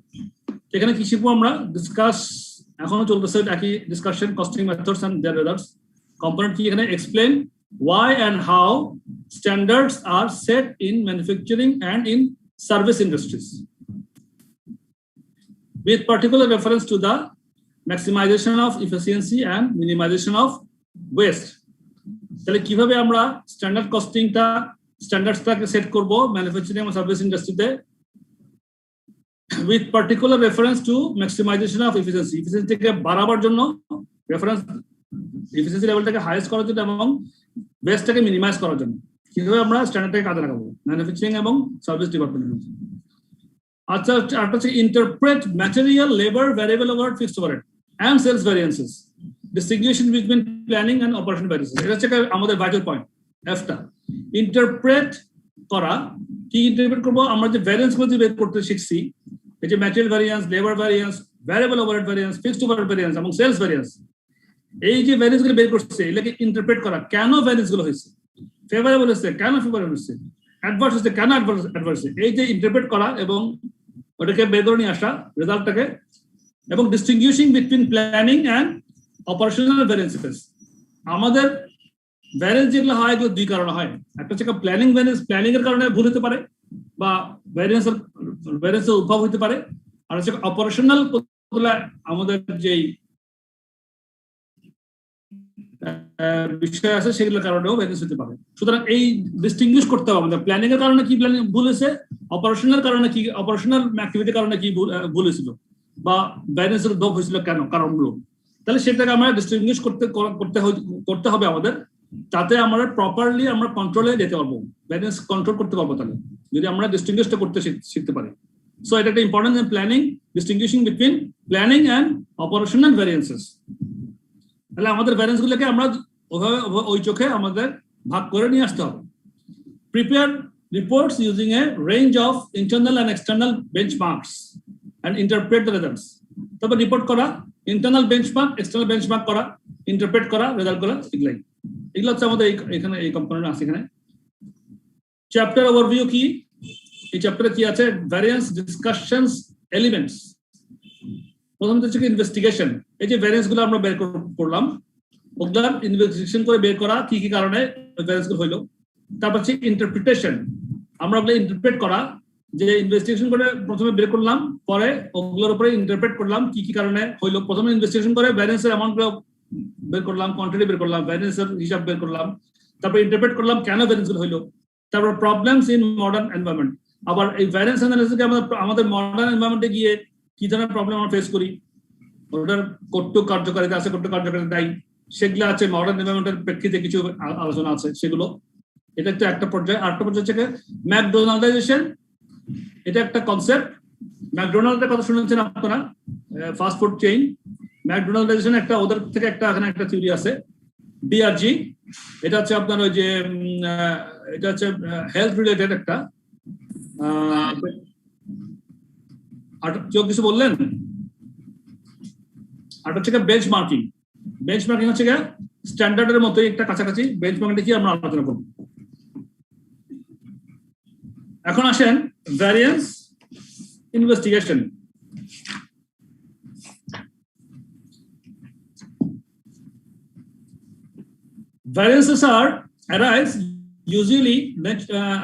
Variances arise naturally in standard costing because a standard cost is a long-term average cost.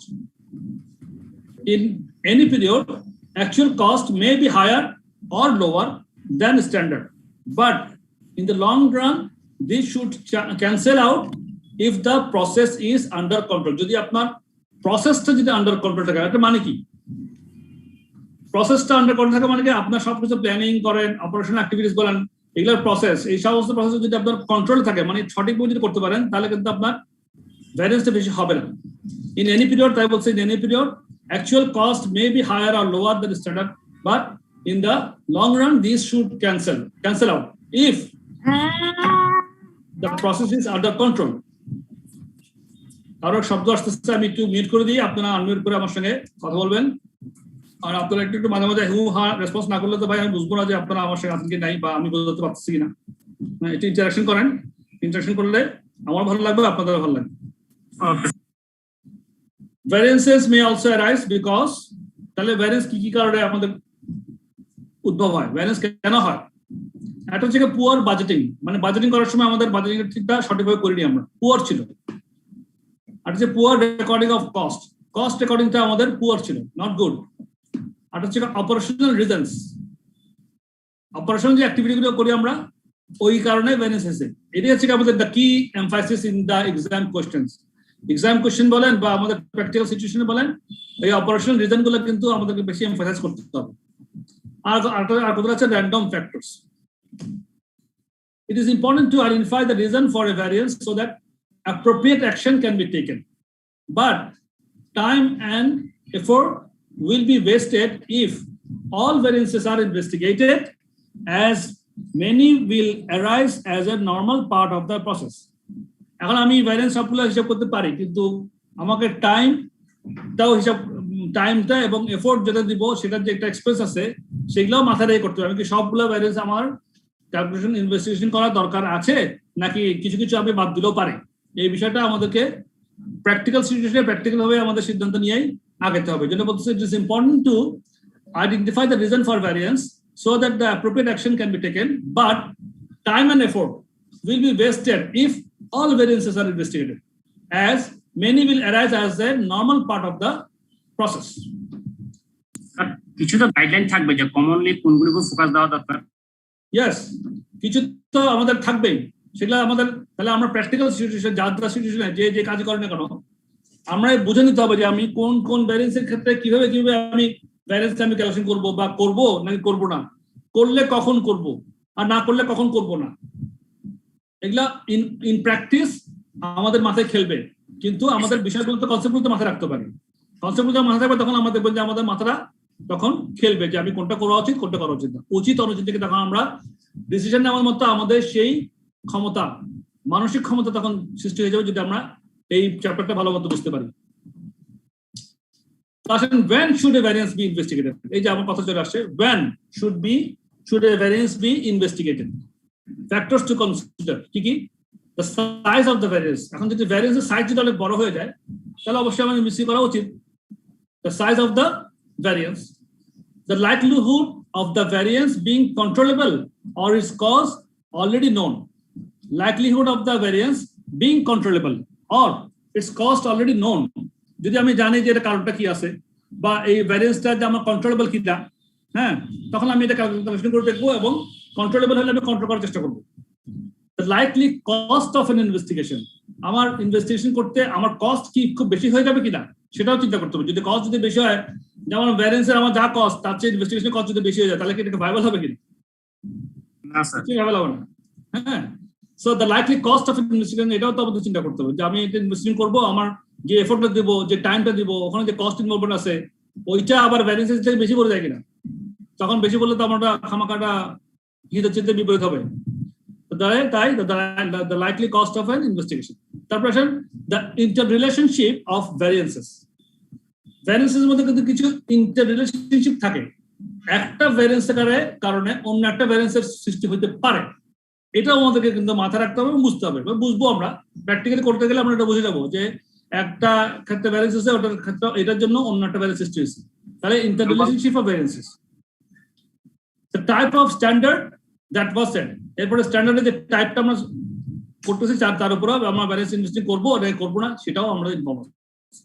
এই ফ্যাক্টরগুলোকে এখানে আবার ডিটেইলস করে বলতেছে যে ফ্যাক্টরস টু কনসিডার গুলো, size of variance, likelihood of variance. হ্যাঁ, এগুলো আমি আলোচনা করলাম, আমি আর পড়ছি না, এগুলা আপনারা অবশ্যই পড়বেন, যে আমি আলোচনা করে দিলাম, এগুলা পড়লে আরো ক্লিয়ার হবে জিনিসটা আপনাদের।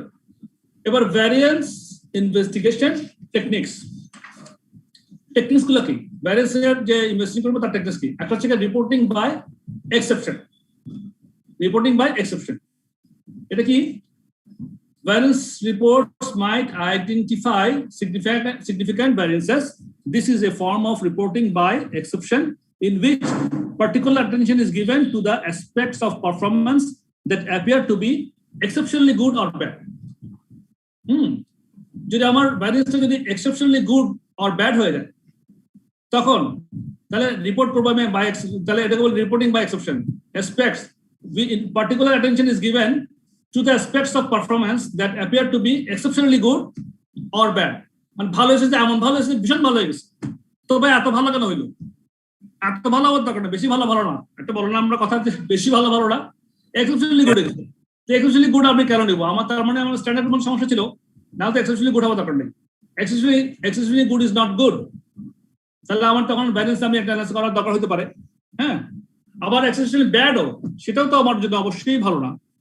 এক্সেপশনালি খারাপ হয়েছে, তার মানে স্ট্যান্ডার্ড করার সময়, বাজেটিং করার সময় আমার পুয়ার ছিল, প্রবলেম ছিল। সো এক্সেপশনালি গুড আর ব্যাড যেটা হোক না কেন, পারফরমেন্সের মধ্যে যেটা দেখা যায়, তাহলে আমার সেখানে ব্যালেন্স করার দরকার আছে, ব্যালেন্স অ্যানালাইসিস করার দরকার আছে এবং রিপোর্ট করার দরকার আছে।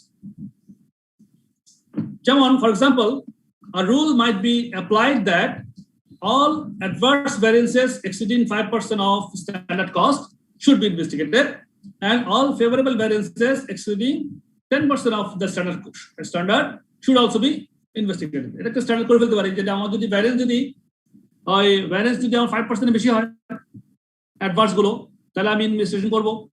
আর যদি আমার ফেভারেবল যদি হয়, আমার যদি অল কস্ট যদি ইনভেস্টিগেট করে যদি দেখি যদি 10% বেশি হয়, তাহলে আমি ইনভেস্ট করতে পারি। এই ধরনের একটা স্ট্যান্ডার্ড আমরা রুল করে ফেলতে পারি। রুল করার পরে যদি ওরকম যদি ব্যালেন্স পাই, তখন আমরা ফার্দার ইনভেস্টিগেশন যাব। তাহলে রিপোর্টিং বাই এক্সেপশন। আর হচ্ছে cumulative variances and control charts. Cumulative variance আপনাকে এক্সাম্পল বলে, আমরা লাস্ট গত ওই যে adverse total, adverse favourable total করে আবার ওটাকে নেট করছিলাম না? জি স্যার। ওই এটাকে বলছে কিউমুলেটিভ, যোগ করে সবগুলো মিলে কত, তাহলে বলছে এখানে মধ্যে cumulative variance and control charts. An alternative method of identifying significant variances is to investigate the cause or causes of variance only if the cumulative total for the variance over several control periods exceeds a certain limit. তাহলে আমরা cumulative যদি আমার certain লিমিটে যদি বেশি exceed করে যায়, তখন আমরা একটা ইনভেস্টিগেশন করে আমরা রিপোর্টিং করতে পারি। আবার the reasons for this approach is that variances each month might fluctuate, with adverse variances in some months and favorable variances in the next month, provided that over time actual results remain close to standard, monthly variances might be acceptable. এবার অনেক সময় এরকম হতে পারে যে monthly ভ্যারিয়েন্সের মধ্যে কখনো কোনো মান্থে ভ্যারিয়েন্স কম, কোনো মান্থে ভ্যারিয়েন্স বেশি, কোনো মান্থে ফেভারেবল, কোনো মান্থে অ্যাডভার্স, এরকম হতে পারে। কিন্তু হয়তোবা আমার একটা সার্টেন পিরিয়ড টাইমে আমার হয়তোবা সেটা দেখা যাবে প্লাস মাইনাস করে আর কোনো ভ্যারিয়েন্স নাই। হ্যাঁ, over the period, over the time হতে পারে কি actual results remain close to the standard. সেক্ষেত্রে মান্থলি ভ্যারিয়েন্সেস মাইট বি অ্যাকসেপ্টেবল। সুতরাং আমাকে বুঝতে হবে আমি কখন করবো কখন করবো না। আমরা কিউমুলেটিভ ভ্যারিয়েন্স গুলো আমি যোগ করে কন্ট্রোল চার্ট করতে পারি, কন্ট্রোল চার্ট করে ওটার মধ্যে আমি তখন যেতে পারি। দিস অ্যাপ্রোচ স্যার, এই বেঞ্চমার্ক গুলো কি নিজেরাই তৈরি করতে হবে নাকি কোনো একটা স্ট্যান্ডার্ড আইসিএম বা ইয়াতে একটা গাইডলাইন? না, এটা প্র্যাকটিক্যাল ক্ষেত্রে আপনার যার ক্ষেত্রে তারা সেভাবে স্ট্যান্ডার্ডটা রেডি করবে। হ্যাঁ, এটার মধ্যে কোনো বাধা নিয়ম তো নাই। এগুলো হচ্ছে আমাদের সব কনসেপ্ট, এগুলো নিয়ে আমরা কাজের মধ্যে নামবো, যুদ্ধক্ষেত্রে নামবো। তো এই কনসেপ্টগুলো মাথায় থেকে আমরা সেভাবে কাজ করার জন্য চেষ্টা করতে হবে আমাদের। ঠিক আছে, এগুলো হচ্ছে আমাদের গাইডলাইনের মধ্যে। এই পড়াগুলো, এই যে থিওরিগুলো আসছে, বুঝছেন, এগুলো কিন্তু এই থিওরিগুলো যে আমরা যখন পড়তেছি, আমরা উই আর সো লাকি। দেখেন, নিশ্চয়ই 20 বছর, 30 বছর, 40 বছরের এক্সপেরিয়েন্স থেকে কেউ না কেউ লিখছে এগুলো, ঠিক কিনা? জি sir. So how much we are lucky, আমরা তো পরেই 20 বছরের এক্সপেরিয়েন্স থেকে জেনে ফেলতেছি, 30 বছরের এক্সপেরিয়েন্স বুঝে ফেলতেছি, ঠিক না? সো আমরা এখান থেকে আরো আগাবো। আমাদের আগে যারা ছিল তারা আমাদেরকে রেডি করে দিয়ে গেছে, কিছু থিওরি লেগে গেছে, আমরা এগুলো পড়ে ওদের এক্সপেরিয়েন্সটা আমরা জানলাম। আমরা এখান থেকে আগাবো, আমরাও লিখে যাব পরবর্তীতে, যেন আমাদের পরে আরো যখন আরো বেশি ফাস্ট হবে, আরো বেশি স্ট্যান্ডার্ড হবে, যেন এটা আপডেট হতে থাকে। সো এই কনসেপ্টগুলো মাথায় রাখতে হবে। This approach to identifying significant variances can be illustrated by the concept of a variance control chart.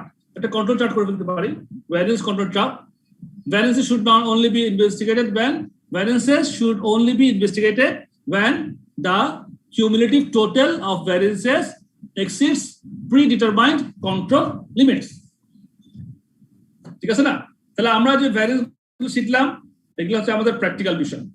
এখন আমরা কিভাবে এটা আমাদের কার্যক্ষেত্রে আমরা এটাকে কাজে লাগাবো, সেইটাও আমাদেরকে মাথায় রাখতে হবে।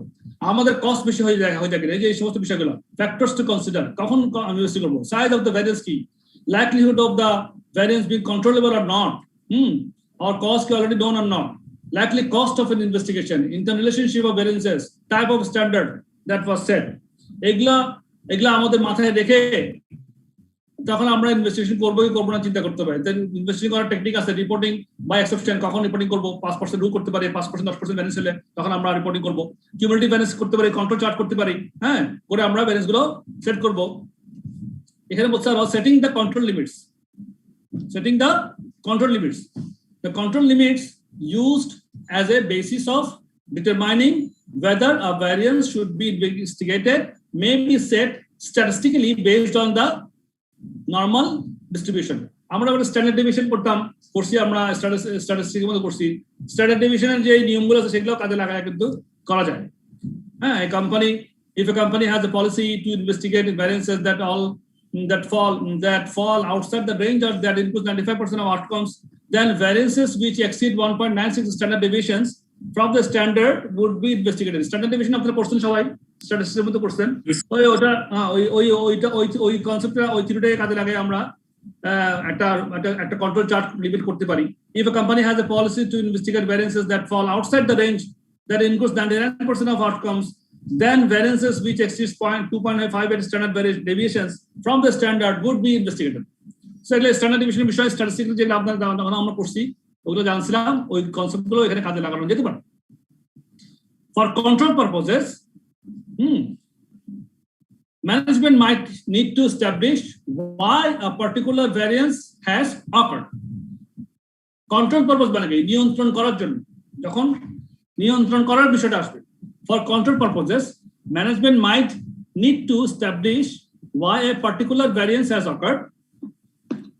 Once the reason for the variance has been established, a decision can then be taken as to what control measures, if any, might be appropriate.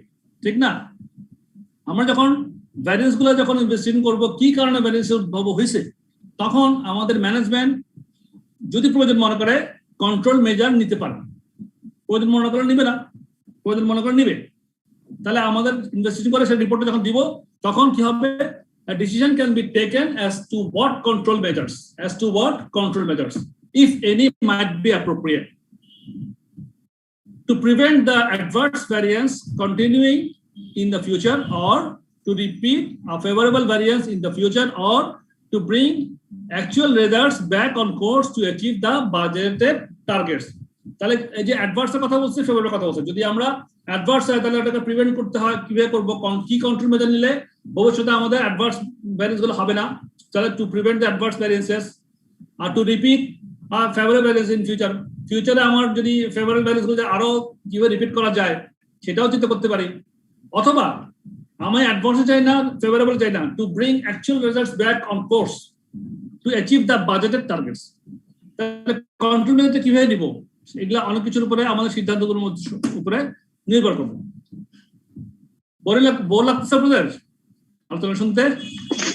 না স্যার, থিওরিটিক্যাল এগুলো কনসেপ্ট গুলো মাথায় রাখতে হবে কিন্তু। হ্যাঁ, আমার সঙ্গে একটু ইন্টারাকশন করিয়েন, ভেরি প্র্যাকটিক্যাল কিন্তু এগুলো আমাদের কাজে কিন্তু কার্যক্ষেত্রে এগুলো আমাদের লাগবে। সুতরাং কনসেপ্ট গুলো আলোচনা করতে করতে মাথায় ঢুকে ফেলি, বাকিটুকু আপনারা পরে একটু মাথা নিয়ে আসেন। এবার আসেন ইন্টারপ্রিটেশন অফ ভ্যারিয়েন্সেস, ভেরি ইম্পর্টেন্ট। এবার আসলে আমাদের আসল কথা যেটা আসলাম, ইন্টারপ্রিটেশন অফ ভ্যারিয়েন্স। আমরা ইনভেস্টিগেশন করলাম মনে করেন, তারপরে এবার ইন্টারপ্রেট করব। ইন্টারপ্রেট করার মানে কি, possible operational causes of variances আর as follows. এই যে material purchase price variance, usage variance, লেবারের rate variance, usage variance, efficiency variance, overhead করছি, ভ্যারিয়েন্স গুলো করছি, ওগুলা কোন ভ্যারিয়েন্স কেন হয়েছে, কি কি কারণে হতে পারে, ইন্টারপ্রেট করা। ইন্টারপ্রেট করতে গেলে আমার একটা কজ গুলো তো বের করতে হবে, তাই না? কি কারণে হতে পারে, ম্যাটেরিয়াল প্রাইস ভ্যারিয়েন্স কেন হতে পারে, ম্যাটেরিয়াল প্রাইস ভ্যারিয়েন্স কেন হতে পারে, কেন হতে পারে? এক নম্বর, using a different supplier change করে ফেলছি, using a different supplier who is either cheaper or more expensive, যা হয় অথবা দাম কম দিচ্ছে অথবা দাম বেশি রাখছে, তাহলে আমার সাপ্লাই চেঞ্জ হচ্ছে, এটার জন্য ম্যাটেরিয়াল প্রাইস ভ্যারিয়েন্স হতে পারে। তাহলে আমি রিপোর্ট করার সময় বলবো যে আমার প্রাইস ভ্যারিয়েন্স হচ্ছে এত টাকা, কারণ হচ্ছে আমার সাপ্লাই চেঞ্জ করছিলাম, সাপ্লাই চেঞ্জ করার পর আমার রেট ছিল 20 টাকা করে, সে আমার দিচ্ছে 22 টাকা করে, সে আমাকে দিচ্ছে 18 টাকা করে, 18 টাকা নেওয়াতে আমি 2 টাকা লাভ পাইছি, এই সমস্ত কথা আর কি হাবিজাবি। তাহলে এই রিপোর্টিং এর সময় আমি এই কস্টগুলো এক্সপ্লেন করতে পারবো কেন আমার ভ্যারিয়েন্স হচ্ছে। তাহলে ইউজিং এ ডিফারেন্ট সাপ্লায়ার, ঠিক একইভাবে buying in larger size orders and getting larger bulk parts purchase discounts. এটা আমরা বাল্ক পারচেজ কখন হয়? যখন হিউজ পরিমাণ, আমি সিমেন্টের কাজ করছি বলে আমার বারবার সিমেন্টের রেফারেন্স চলে আসে। আমরা সিমেন্টে আমরা বাল্কে শিপে আসতো আমাদের, হ্যাঁ বাল্কে ক্লিংকার আসতো। প্রথম দিকে আমরা সিমেন্ট ইম্পোর্ট করতাম এক সময় বহু আগে, তারপরে আমরা শিপে করে বাল্কে ক্লিংকার ইম্পোর্ট করা শুরু আনলাম ফ্যাক্টরি প্রোডাকশন জন্য। 22,000 টন, 24,000 টন, 30,000 টন করে আমাদের ক্লিংকার আসছে, কিন্তু বাল্ক ক্লিংকার বাল্কে আসতেছে। তাহলে আমার তখন আমাদের ডিসকাউন্ট নিয়ে আমাদের অনেক পারচেজিং এর মধ্যে ডিসকাউন্ট অনেক অফার থাকতো। অনেক সাপ্লায়ার বলতো যে তোমাকে আমি এত ডিসকাউন্ট দেবো, ডিসকাউন্ট দেবো। কিন্তু বাল্কে খেলে ডিসকাউন্টের কিন্তু প্রচুর ডিফারেন্স হয়েছে, কিন্তু প্রাইসে খুব এফেক্ট পড়ে। আবার লং টার্ম এফেক্ট হয়। মনে করেন আমি তার সঙ্গে বাইং একটা কন্ট্রাক্টে চলে গেলাম 2 বছরের জন্য, আমি 2 ইয়ার্স পর্যন্ত তার থেকে একই রেট। এই 2 বছরের মধ্যে কিন্তু মনে করেন ক্লিংকারের দাম উঠবে নামবে, যা হবে হবে কেন, আমার সঙ্গে তার ফিক্সড প্রাইস থাকবে। 2 বছর পর্যন্ত সে আমাকে ওই প্রাইসে অত কোয়ান্টিটি সে আমাকে সাপ্লাই দিয়ে যাবে, প্রাইস যা হোক না কেন। তাহলে এখন ওই 2 বছরের মধ্যে 1 বছরের মাথায় দেখা যাচ্ছে প্রাইস হঠাৎ করে খুব বেড়ে গেল, ক্লিংকারের দাম বেড়ে গেল, কিন্তু আমার তাহলে তখন আমার সুবিধা, আমি কিন্তু কম প্রাইসে পেয়ে গেলাম। তাহলে বাল্ক পারচেজে কিন্তু কত সুবিধা আছে। হ্যাঁ, এটা প্র্যাকটিক্যাল কথা বললাম। তো buying in larger size order, getting bulk purchase, buying in smaller size or unexpected increase in price, unexpected buying cost, efficient or inefficient buying procedures, তারপরে a change in material quantity resulting in either higher or lower purchase prices. এগুলো ঠিক আছে, এই ধরনের কারণ হইতে পারে। এটা জাস্ট উদাহরণ দিচ্ছে, কতগুলা এক্সাম্পল দিচ্ছে ম্যাটেরিয়াল পারচেজ প্রাইস ভ্যারিয়েন্স কেন হইতে পারে, ম্যাটেরিয়াল ইউসেজ ভ্যারিয়েন্স কেন হতে পারে। A higher than expected or lower than expected rate of scrap or wastage. You say that material usage variance, a higher than expected or lower than expected rate of scrap. Using a different quality of material. Quality যদি material যদি উল্টাপাল্টা হয়ে যায়, তাহলে আমাদের material usage-এর মধ্যে difference হতে পারে। Could affect the wastage বেড়ে যেতে পারে। Defective materials, যদি আমার ম্যাটেরিয়াল যদি যা ইম্পোর্ট করছে ডিফেক্টিভ পড়ছে, তাহলে ম্যাটেরিয়াল ইউসেজ আমার বেশি হয়ে যাবে। বেটার কোয়ালিটি কন্ট্রোল, কোয়ালিটি ভালো হয়েছে হবে, তাহলে আমার ম্যাটেরিয়াল সিস্টেম আমার ফেভারেবল হতে পারে, হ্যাঁ, হয়তো কম ম্যাটেরিয়াল রাখতে পারে। মোর এফিশিয়েন্ট বা বেটার কোয়ালিটি কন্ট্রোলের মধ্যে হয়তো বা ম্যাটেরিয়াল বেশিও যেতে পারে। আমার সবকিছু ঠিক আছে, কিন্তু আমি কোয়ালিটিকে আরো ফাইন টিউনিং করছি, আরো বেশি ভালো কোয়ালিটি করছি, তখন হয়তো ম্যাটেরিয়াল বেশি ইউজ করতে পারে। অথবা আমার ম্যাটেরিয়াল কোয়ালিটি ভালো ছিল, ওই জন্য আমার বেটার কোয়ালিটি কন্ট্রোল ছিল, আমার ম্যাটেরিয়াল তখন ইউজ কমেছে, এটাও হতে পারে। সো এগুলো কারণ। তো more efficient work procedures resulting in better material usage rates, তারপরে হচ্ছে এফিশিয়েন্ট ওয়ার্ক প্রসিডিউর, সেটাও একটা important. Changing the materials mix to obtain a more expensive or less expensive mix than standard. আচ্ছা, মিক্সের কথা, ম্যাটেরিয়াল মিক্সের কথা আমি একটু বলি আপনাদেরকে। ম্যাটেরিয়াল মিক্সের মধ্যে কারো আইডিয়া আছে? কেউ বলবেন? Cement company on ready mix বিক্রি করে না স্যার, কোন সেটা ম্যাটেরিয়াল মিক্স রেসিপি হতে পারে স্যার। একটা প্রোডাক্ট তৈরি করতে গেলে স্যার মানে সেভারাল টাইপস এর আর কি ম্যাটেরিয়াল ইউজ হয়, যেটা স্যার একটা প্রোডাক্টে তৈরি করতে গেলে রেসিপি বলা হয় স্যার। কস্টিং আমি একটা বলতে পারি, কাজটা হলো যেখানে আমাদের একটা মিক্সিং সুতার কোয়ালিটি 60-40 ওয়েস্টার্ন আর বার্জিন, সেখানে আমি সেট করতে পারি 70-30 এরকম। রাইট। তা আমি একটা বলি আপনার সঙ্গে, আমিও আমার একটা প্র্যাকটিক্যাল ঘটনা বলি। আমাদের যে ম্যাটেরিয়াল মিক্স নিয়ে কথা বলি, সিমেন্টের কথাই বলি। যেটা হাইডেলবার্গ সিমেন্টে ছিলাম, তখন ওখানে আমরা যখন হাইডেলবার্গ সিমেন্ট যখন বাংলাদেশে কাজ শুরু করি, আমরা ব্যাক দেন 2000 বোধ হয় 1998 থেকে শুরু করি, 98, তারপর 2000 থেকে আমাদের রেগুলার কাজ শুরু হয় আর কি। আমরা তখন প্রথমে আনলাম যে স্ল্যাগ সিমেন্ট, তারপরে এই কনসেপ্টগুলো আমরা আনা শুরু করলাম। তখন বিফোর দ্যাট আমরা শুধু সিমেন্টে ইউজ করতাম ক্লিংকার, জিপসাম, কখনো কখনো লাইমস্টোন একটু করে, বেশিরভাগ ক্লিংকার, তারপরে জিপসাম, আবার লাইমস্টোন। পরে আমরা কনসেপ্টটা আনলাম যে স্ল্যাগটা কোথেকে আসে? স্ল্যাগটা হচ্ছে আপনার ওই আয়রন, যে স্টিল মিল গুলো থেকে গুড়ি গুড়ি স্ল্যাগ আছে, ওই গ্লাস। তো এটা নিয়ে খুব হাওয়া করে গেল যে সিমেন্টের মধ্যে এরকম গুড়ি স্ল্যাগ ঢুকে দিচ্ছে। তারপর আসলে ফ্লাই অ্যাশ কোথেকে আসে? ওইগুলো আপনার ওই যে বিভিন্ন কয়লা দিয়ে যে সমস্ত বিদ্যুৎ কেন্দ্র আছে, ওখান থেকে যে ফ্লাই অ্যাশটা বাইরে, ওই ফ্লাই অ্যাশটা এসে এখানে সিমেন্টের মধ্যে একটা কম্পোনেন্ট হিসেবে আসে। এগুলো কিন্তু আমরা যখন হাইড্রোবার্গ সিমেন্ট শুরু করলাম, হাইডেলবার্গের সঙ্গে সঙ্গে একই সঙ্গে তখন অন্যান্য মাল্টিন্যাশনাল সিমেন্ট কোম্পানিগুলো বাংলাদেশে গেল, লাফার্জ আসলো, সিম্যাক্স আসলো, এরাও তখন এই ধরনের কনসেপ্টগুলো আনা শুরু করলো। তখন এই যে ম্যাটেরিয়াল মিক্স নিয়ে মানুষের এই যে সিমেন্টের যে ম্যাটেরিয়াল মিক্স নিয়ে তখন একটা অ্যাওয়ারনেস সৃষ্টি হলো যে এটা কি, আগে তো জানতাম না। তখন আমরা বিভিন্ন ধরনের সেমিনার করছি, সিম্পোজিয়াম করছি, আপনার বিভিন্ন ইঞ্জিনিয়ারদেরকে, বিভিন্ন ডিপার্টমেন্ট, গভর্নমেন্ট ডিপার্টমেন্টের ইঞ্জিনিয়ারদের নিয়ে, নর্মাল ইঞ্জিনিয়ারদের নিয়ে, প্রাইভেট ইঞ্জিনিয়ারদের নিয়ে আমরা বিভিন্ন সময় বড় বড় সেমিনার করছি, করে করে ওদেরকে আমরা ইন্টারন্যাশনাল আপনার বক্তাদেরকে এনে, আমার যারা এক্সপার্ট আছে ওদেরকে এনে আমরা এই সম্বন্ধে বুঝাইছি, বুঝায় এই যে ম্যাটেরিয়াল মিক্স সম্বন্ধে আমরা উপস্থাপন করছি। করার পরে এই যে দেখা গেছে যে আমাদের তখন জিপসামের যে আমরা আগে ক্লিঙ্কার যে আমরা আগে বেশি ইউজ করতাম, ধরেন 80% বা 90% জিপসাম ক্লিঙ্কার ইউজ করতাম, সেটা হয়ে গেছে 70% বা 60% ক্লিঙ্কার, 30% আমার অন্যান্য বাকিগুলো 40% মিলে জিপসাম আছে, তারপরে আপনার যে লাইমস্টোন আছে, এরপরে স্ল্যাগ আছে, ফ্লাই আছে, এগুলো ইউজ করে বাকিটা 30-40% হয়ে গেল।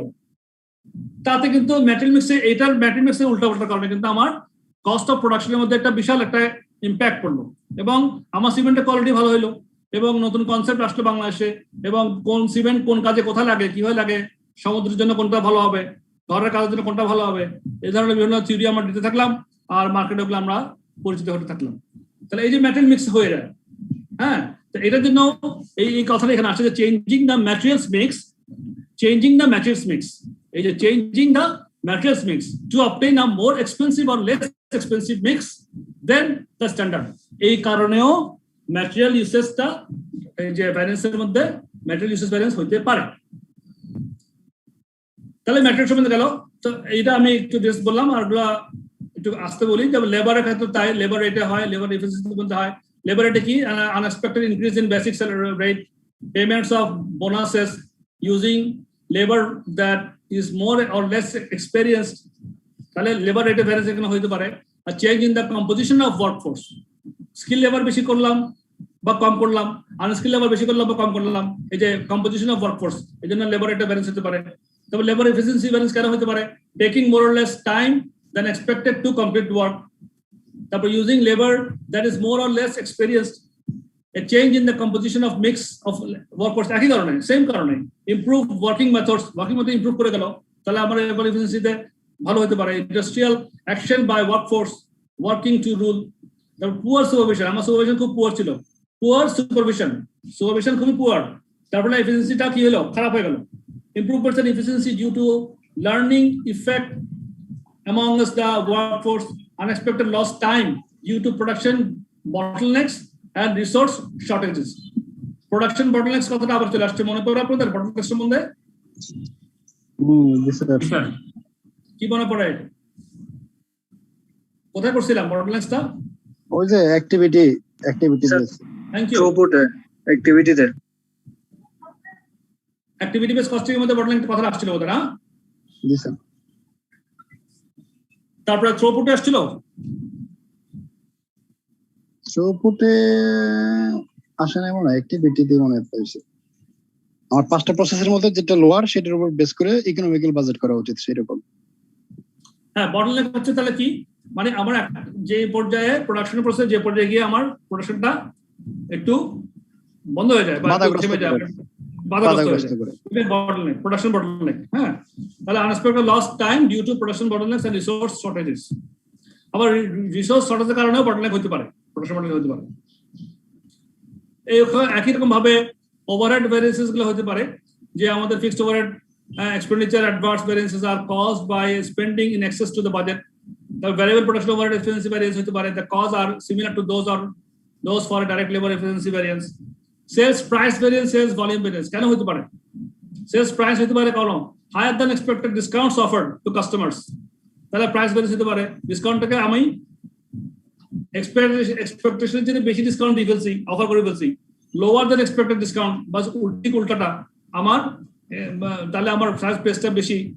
The effect of low price effort offers during a marketing campaign, একটা মার্কেটিং ক্যাম্পেইন দিলাম, তখন আমি লো প্রাইসে একটা অফার দিলাম, ওটা একটা এফেক্ট হতে পারে।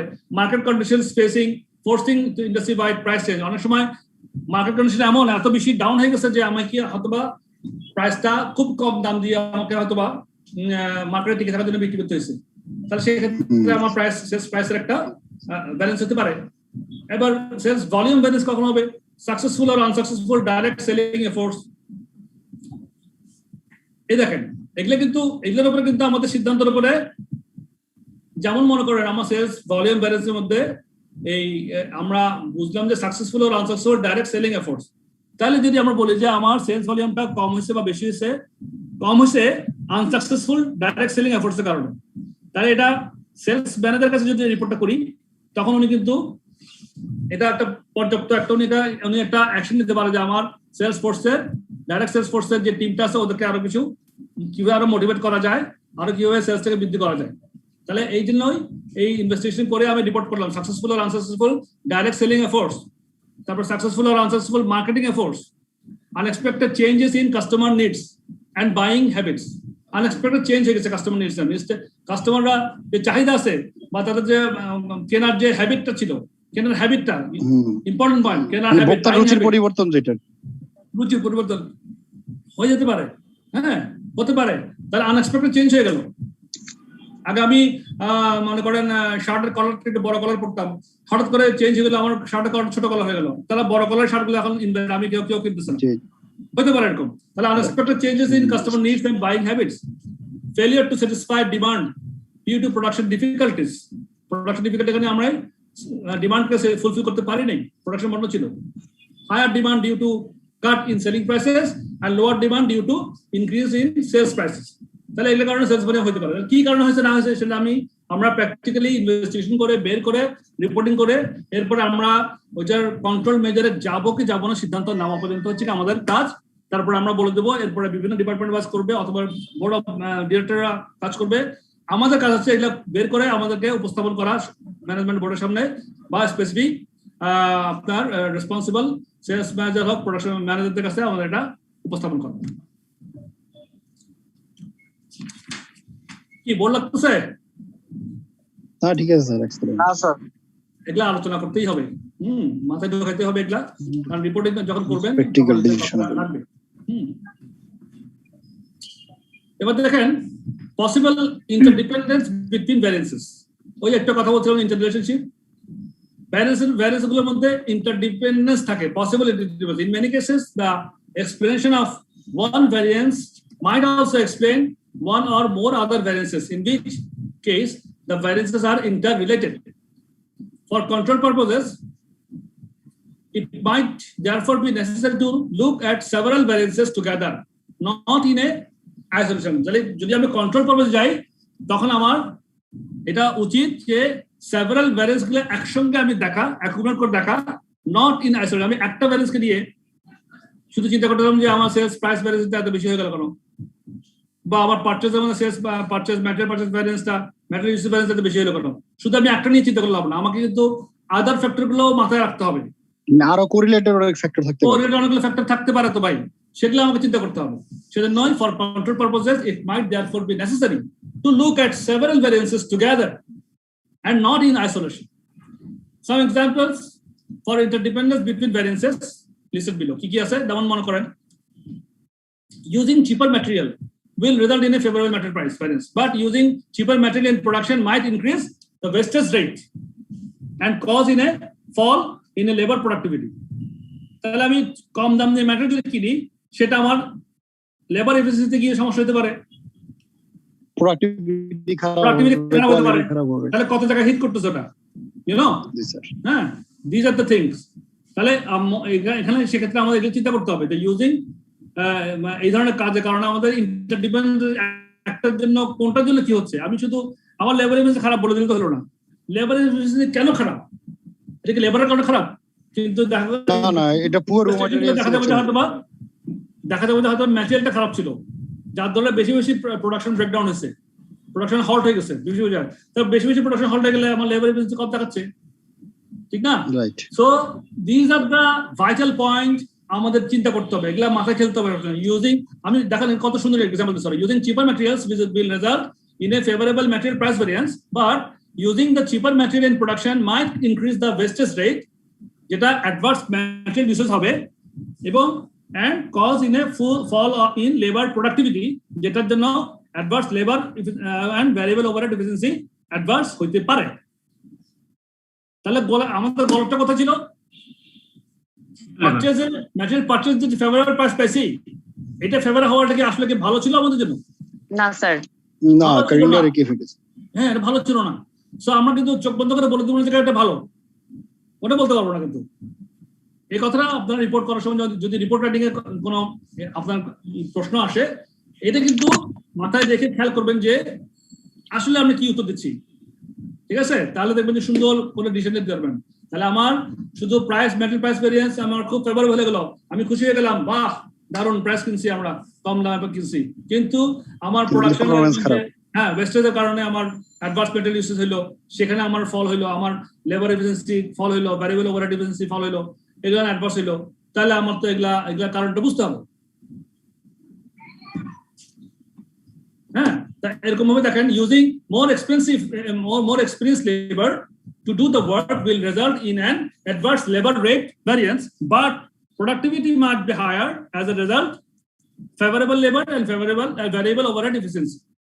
Abar dekhen, changing the composition of the team might result in a cheaper labor mix, but lower productivity, adverse yield variance. Mixed variance yield variance সম্বন্ধে আমরা নেক্সট চ্যাপ্টারে শিখবো, আমরা খুবই ইন্টারেস্টিং, তখন এটা সম্বন্ধে বুঝতে পারবো। Also workers trying to improve productivity, favorable efficiency variance, workers trying to improve productivity, the favorable efficiency variance, in order to win a bonus, adverse rate variance, might use materials wastefully in order to save the time. দেখেন, এখন আমরা দিলাম productivity variance দিলাম, production বেশি হলে bonus পাবা। Production বলে তোমাদের যদি প্রোডাকশন যদি বেশি হয়, 80% বেশি বা 90% বেশি বা 100% বেশি হয় প্রোডাকশন বোনাস পাওয়া। এখন তারা এই প্রোডাকশন বোনাসের লোভে ম্যাটেরিয়াল যে নষ্ট করতেছে সেটা খেয়াল করতেছে না। ওরা বলছে চিন্তা করতে আমরা প্রোডাকশন বের করে দিই, ম্যাটেরিয়াল কিন্তু এখানে দেদারসে দিচ্ছে, ম্যাটেরিয়াল কিন্তু অনেক ওয়েস্টেজ হচ্ছে। তাহলে ম্যাটেরিয়াল ওয়েস্টেজ যখন হয়ে গেছে, তখন আমার ম্যাটেরিয়াল ইউসেজের মধ্যে একটা সিচুয়েশন তৈরি হয়েছে, অ্যাডভার্স ভ্যারিয়েন্স হয়েছে ম্যাটেরিয়াল ইউসেজের মধ্যে, ঠিক কি না? জি জি, কষ্ট বেড়ে গেছে, প্রোডাকশন বেশি হয়েছে, আমার ফেভারেবল এফিসিয়েন্সি হয়েছে, এফিসিয়েন্সি ভ্যারিয়েন্স ফেভারেবল ছিল, কিন্তু ম্যাটেরিয়াল ইউসেজ ভ্যারিয়েন্স অ্যাডভার্স।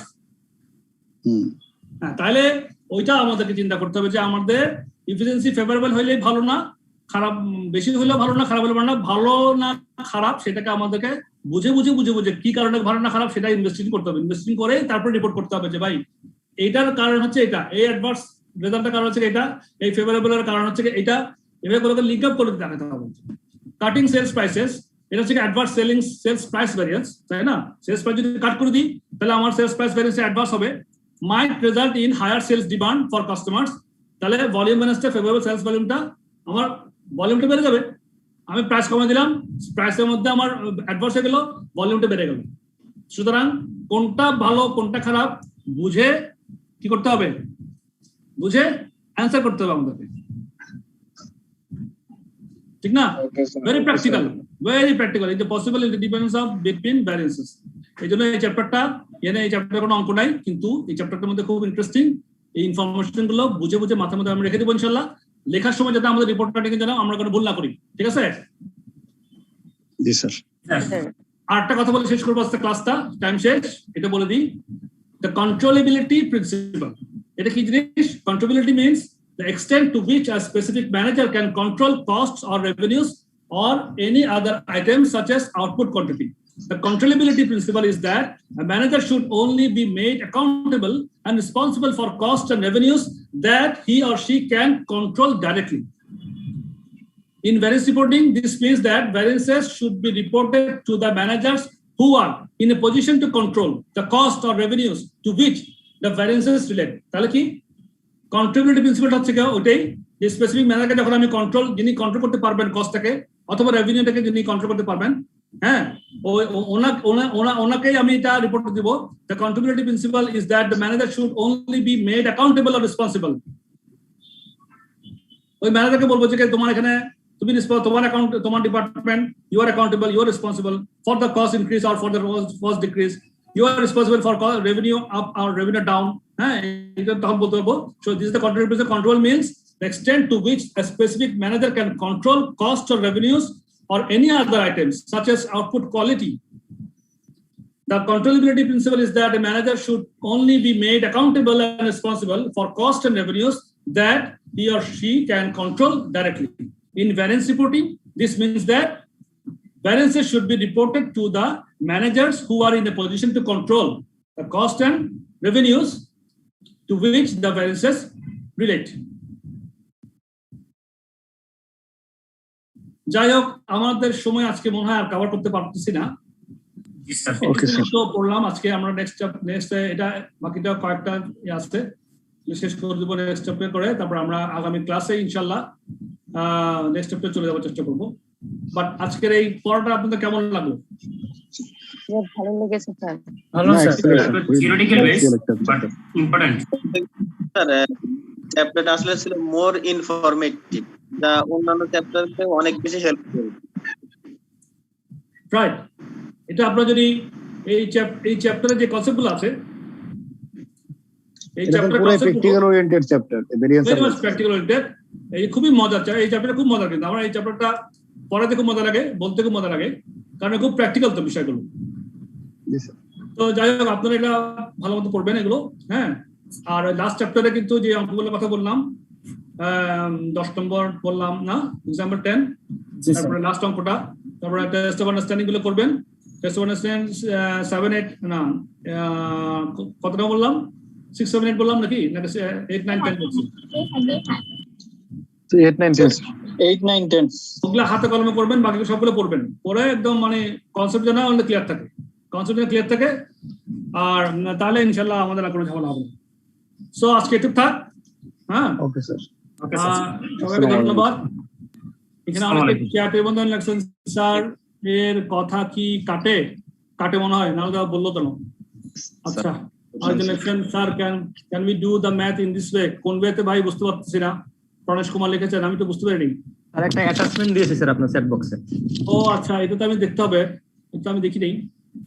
আচ্ছা, আরেকজন লিখছেন, Chishti Nigar Sultana, please send me add me to the WhatsApp group. হ্যাঁ, আপনারা হোয়াটসঅ্যাপ গ্রুপ সবাইকে অ্যাড করেন না কেন? ওখানে তো আপনারা দারুণ আলোচনা করতে পারবেন। হোয়াটসঅ্যাপ গ্রুপে চিশতি নিগারকে আপনারা অ্যাড করে নেন, চিশতি নিগার সুলতানাকে অ্যাড করে নেন। হোয়াটসঅ্যাপ গ্রুপটা একটা লিংক দিলে ভালো হতো স্যার। আমার কাছে কিছু নাই, আমি তো জানি না, আমাকে তো আপনারা রাখেনি নাই। লিংক দেওয়া আছে, দেখেন চ্যাট বক্সে লিংক আছে, চ্যাট বক্সে লিংক দেওয়া আছে, ওখানে অ্যাড করে নেন নিজেকেই। স্যার ভেরিয়েন্স থেকে আমাদের কত পার্সেন্ট মার্কস থাকবে এক্সামে? হ্যাঁ, সরি, বলেন। ভেরিয়েন্স থেকে কত পার্সেন্ট কোশ্চেন থাকবে? কোশ্চেন আনসার দেখেন, আমরা যে চ্যাপ্টার 8 পর্যন্ত ধরেন 30-35% আপনারা কভার করতে পারবেন, 40% হতে পারে। ভ্যারিয়েন্স এবং যে আমাদের চ্যাপ্টার 2 থেকে 8 পর্যন্ত 30%-40% মতো চলে আসতে পারে, ভালোই। এবং এগুলো তো বেসিক, আমাদের কস্ট অ্যাকাউন্টের জন্য এগুলো তো বেসিক, বুঝছেন না?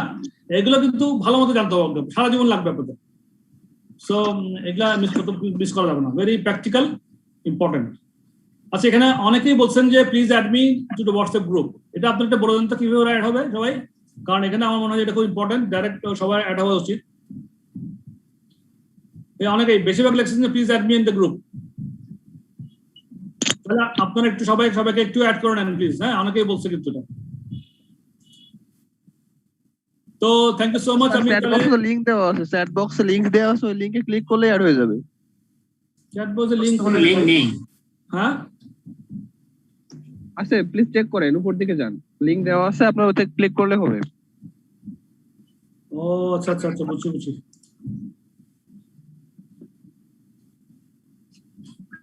আমারটা তো আবার আপনার ওই যে আমি তো ল্যাপটপ দিয়ে করি, আমারটা আবার ফোনটা হোয়াটসঅ্যাপটা বোধহয় অন করতে হবে, তাই না? ফোনের হোয়াটসঅ্যাপটা অন না করলে বোধহয় আমারটা হবে না। জয়েন চ্যাট,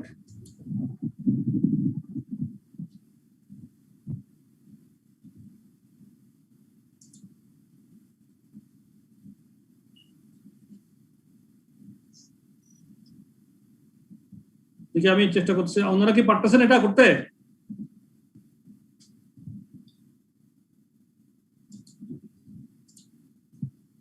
স্যার লিংকের যে অ্যাডমিন উনিও দিতে পারবে স্যার। না, ওনারা একজন যে বললো যে চ্যাট বক্সে একটা লিংক দেওয়া আছে, লিংকে আপনারা করেন না, ক্লিক করেন না। এখনই তো একটু একজন দিয়েছে লিংকটা। আমি একটা দিয়েছিলাম একটু আগে, আমারটা তো হচ্ছে না মনে হয়। যাই হোক, তানিশ কুমার দিয়েছেন তো? হ্যাঁ, এই যে একটু আগে একজন দিয়েছেন লিংক। একজন দিয়েছেন, হ্যাঁ। আপনারা একজনকে হেল্প করে চ্যাট বক্সে থাকলে খুব ভালো হবে, আপনার সঙ্গে আলোচনা করেন, চ্যাট বক্সে আপনারা দিবেন। তারপরে ওইটা থেকে আপনারা অনেক কিছু কভার করতে পারবেন। তো ঠিক আছে, সবাই ভালো থাকেন, আমার জন্য দোয়া করবেন, আমিও দোয়া করি। কোভিড সিচুয়েশন খারাপ হচ্ছে আস্তে আস্তে, আমার আত্মীয় দুইটা মারা গেছে আজকে।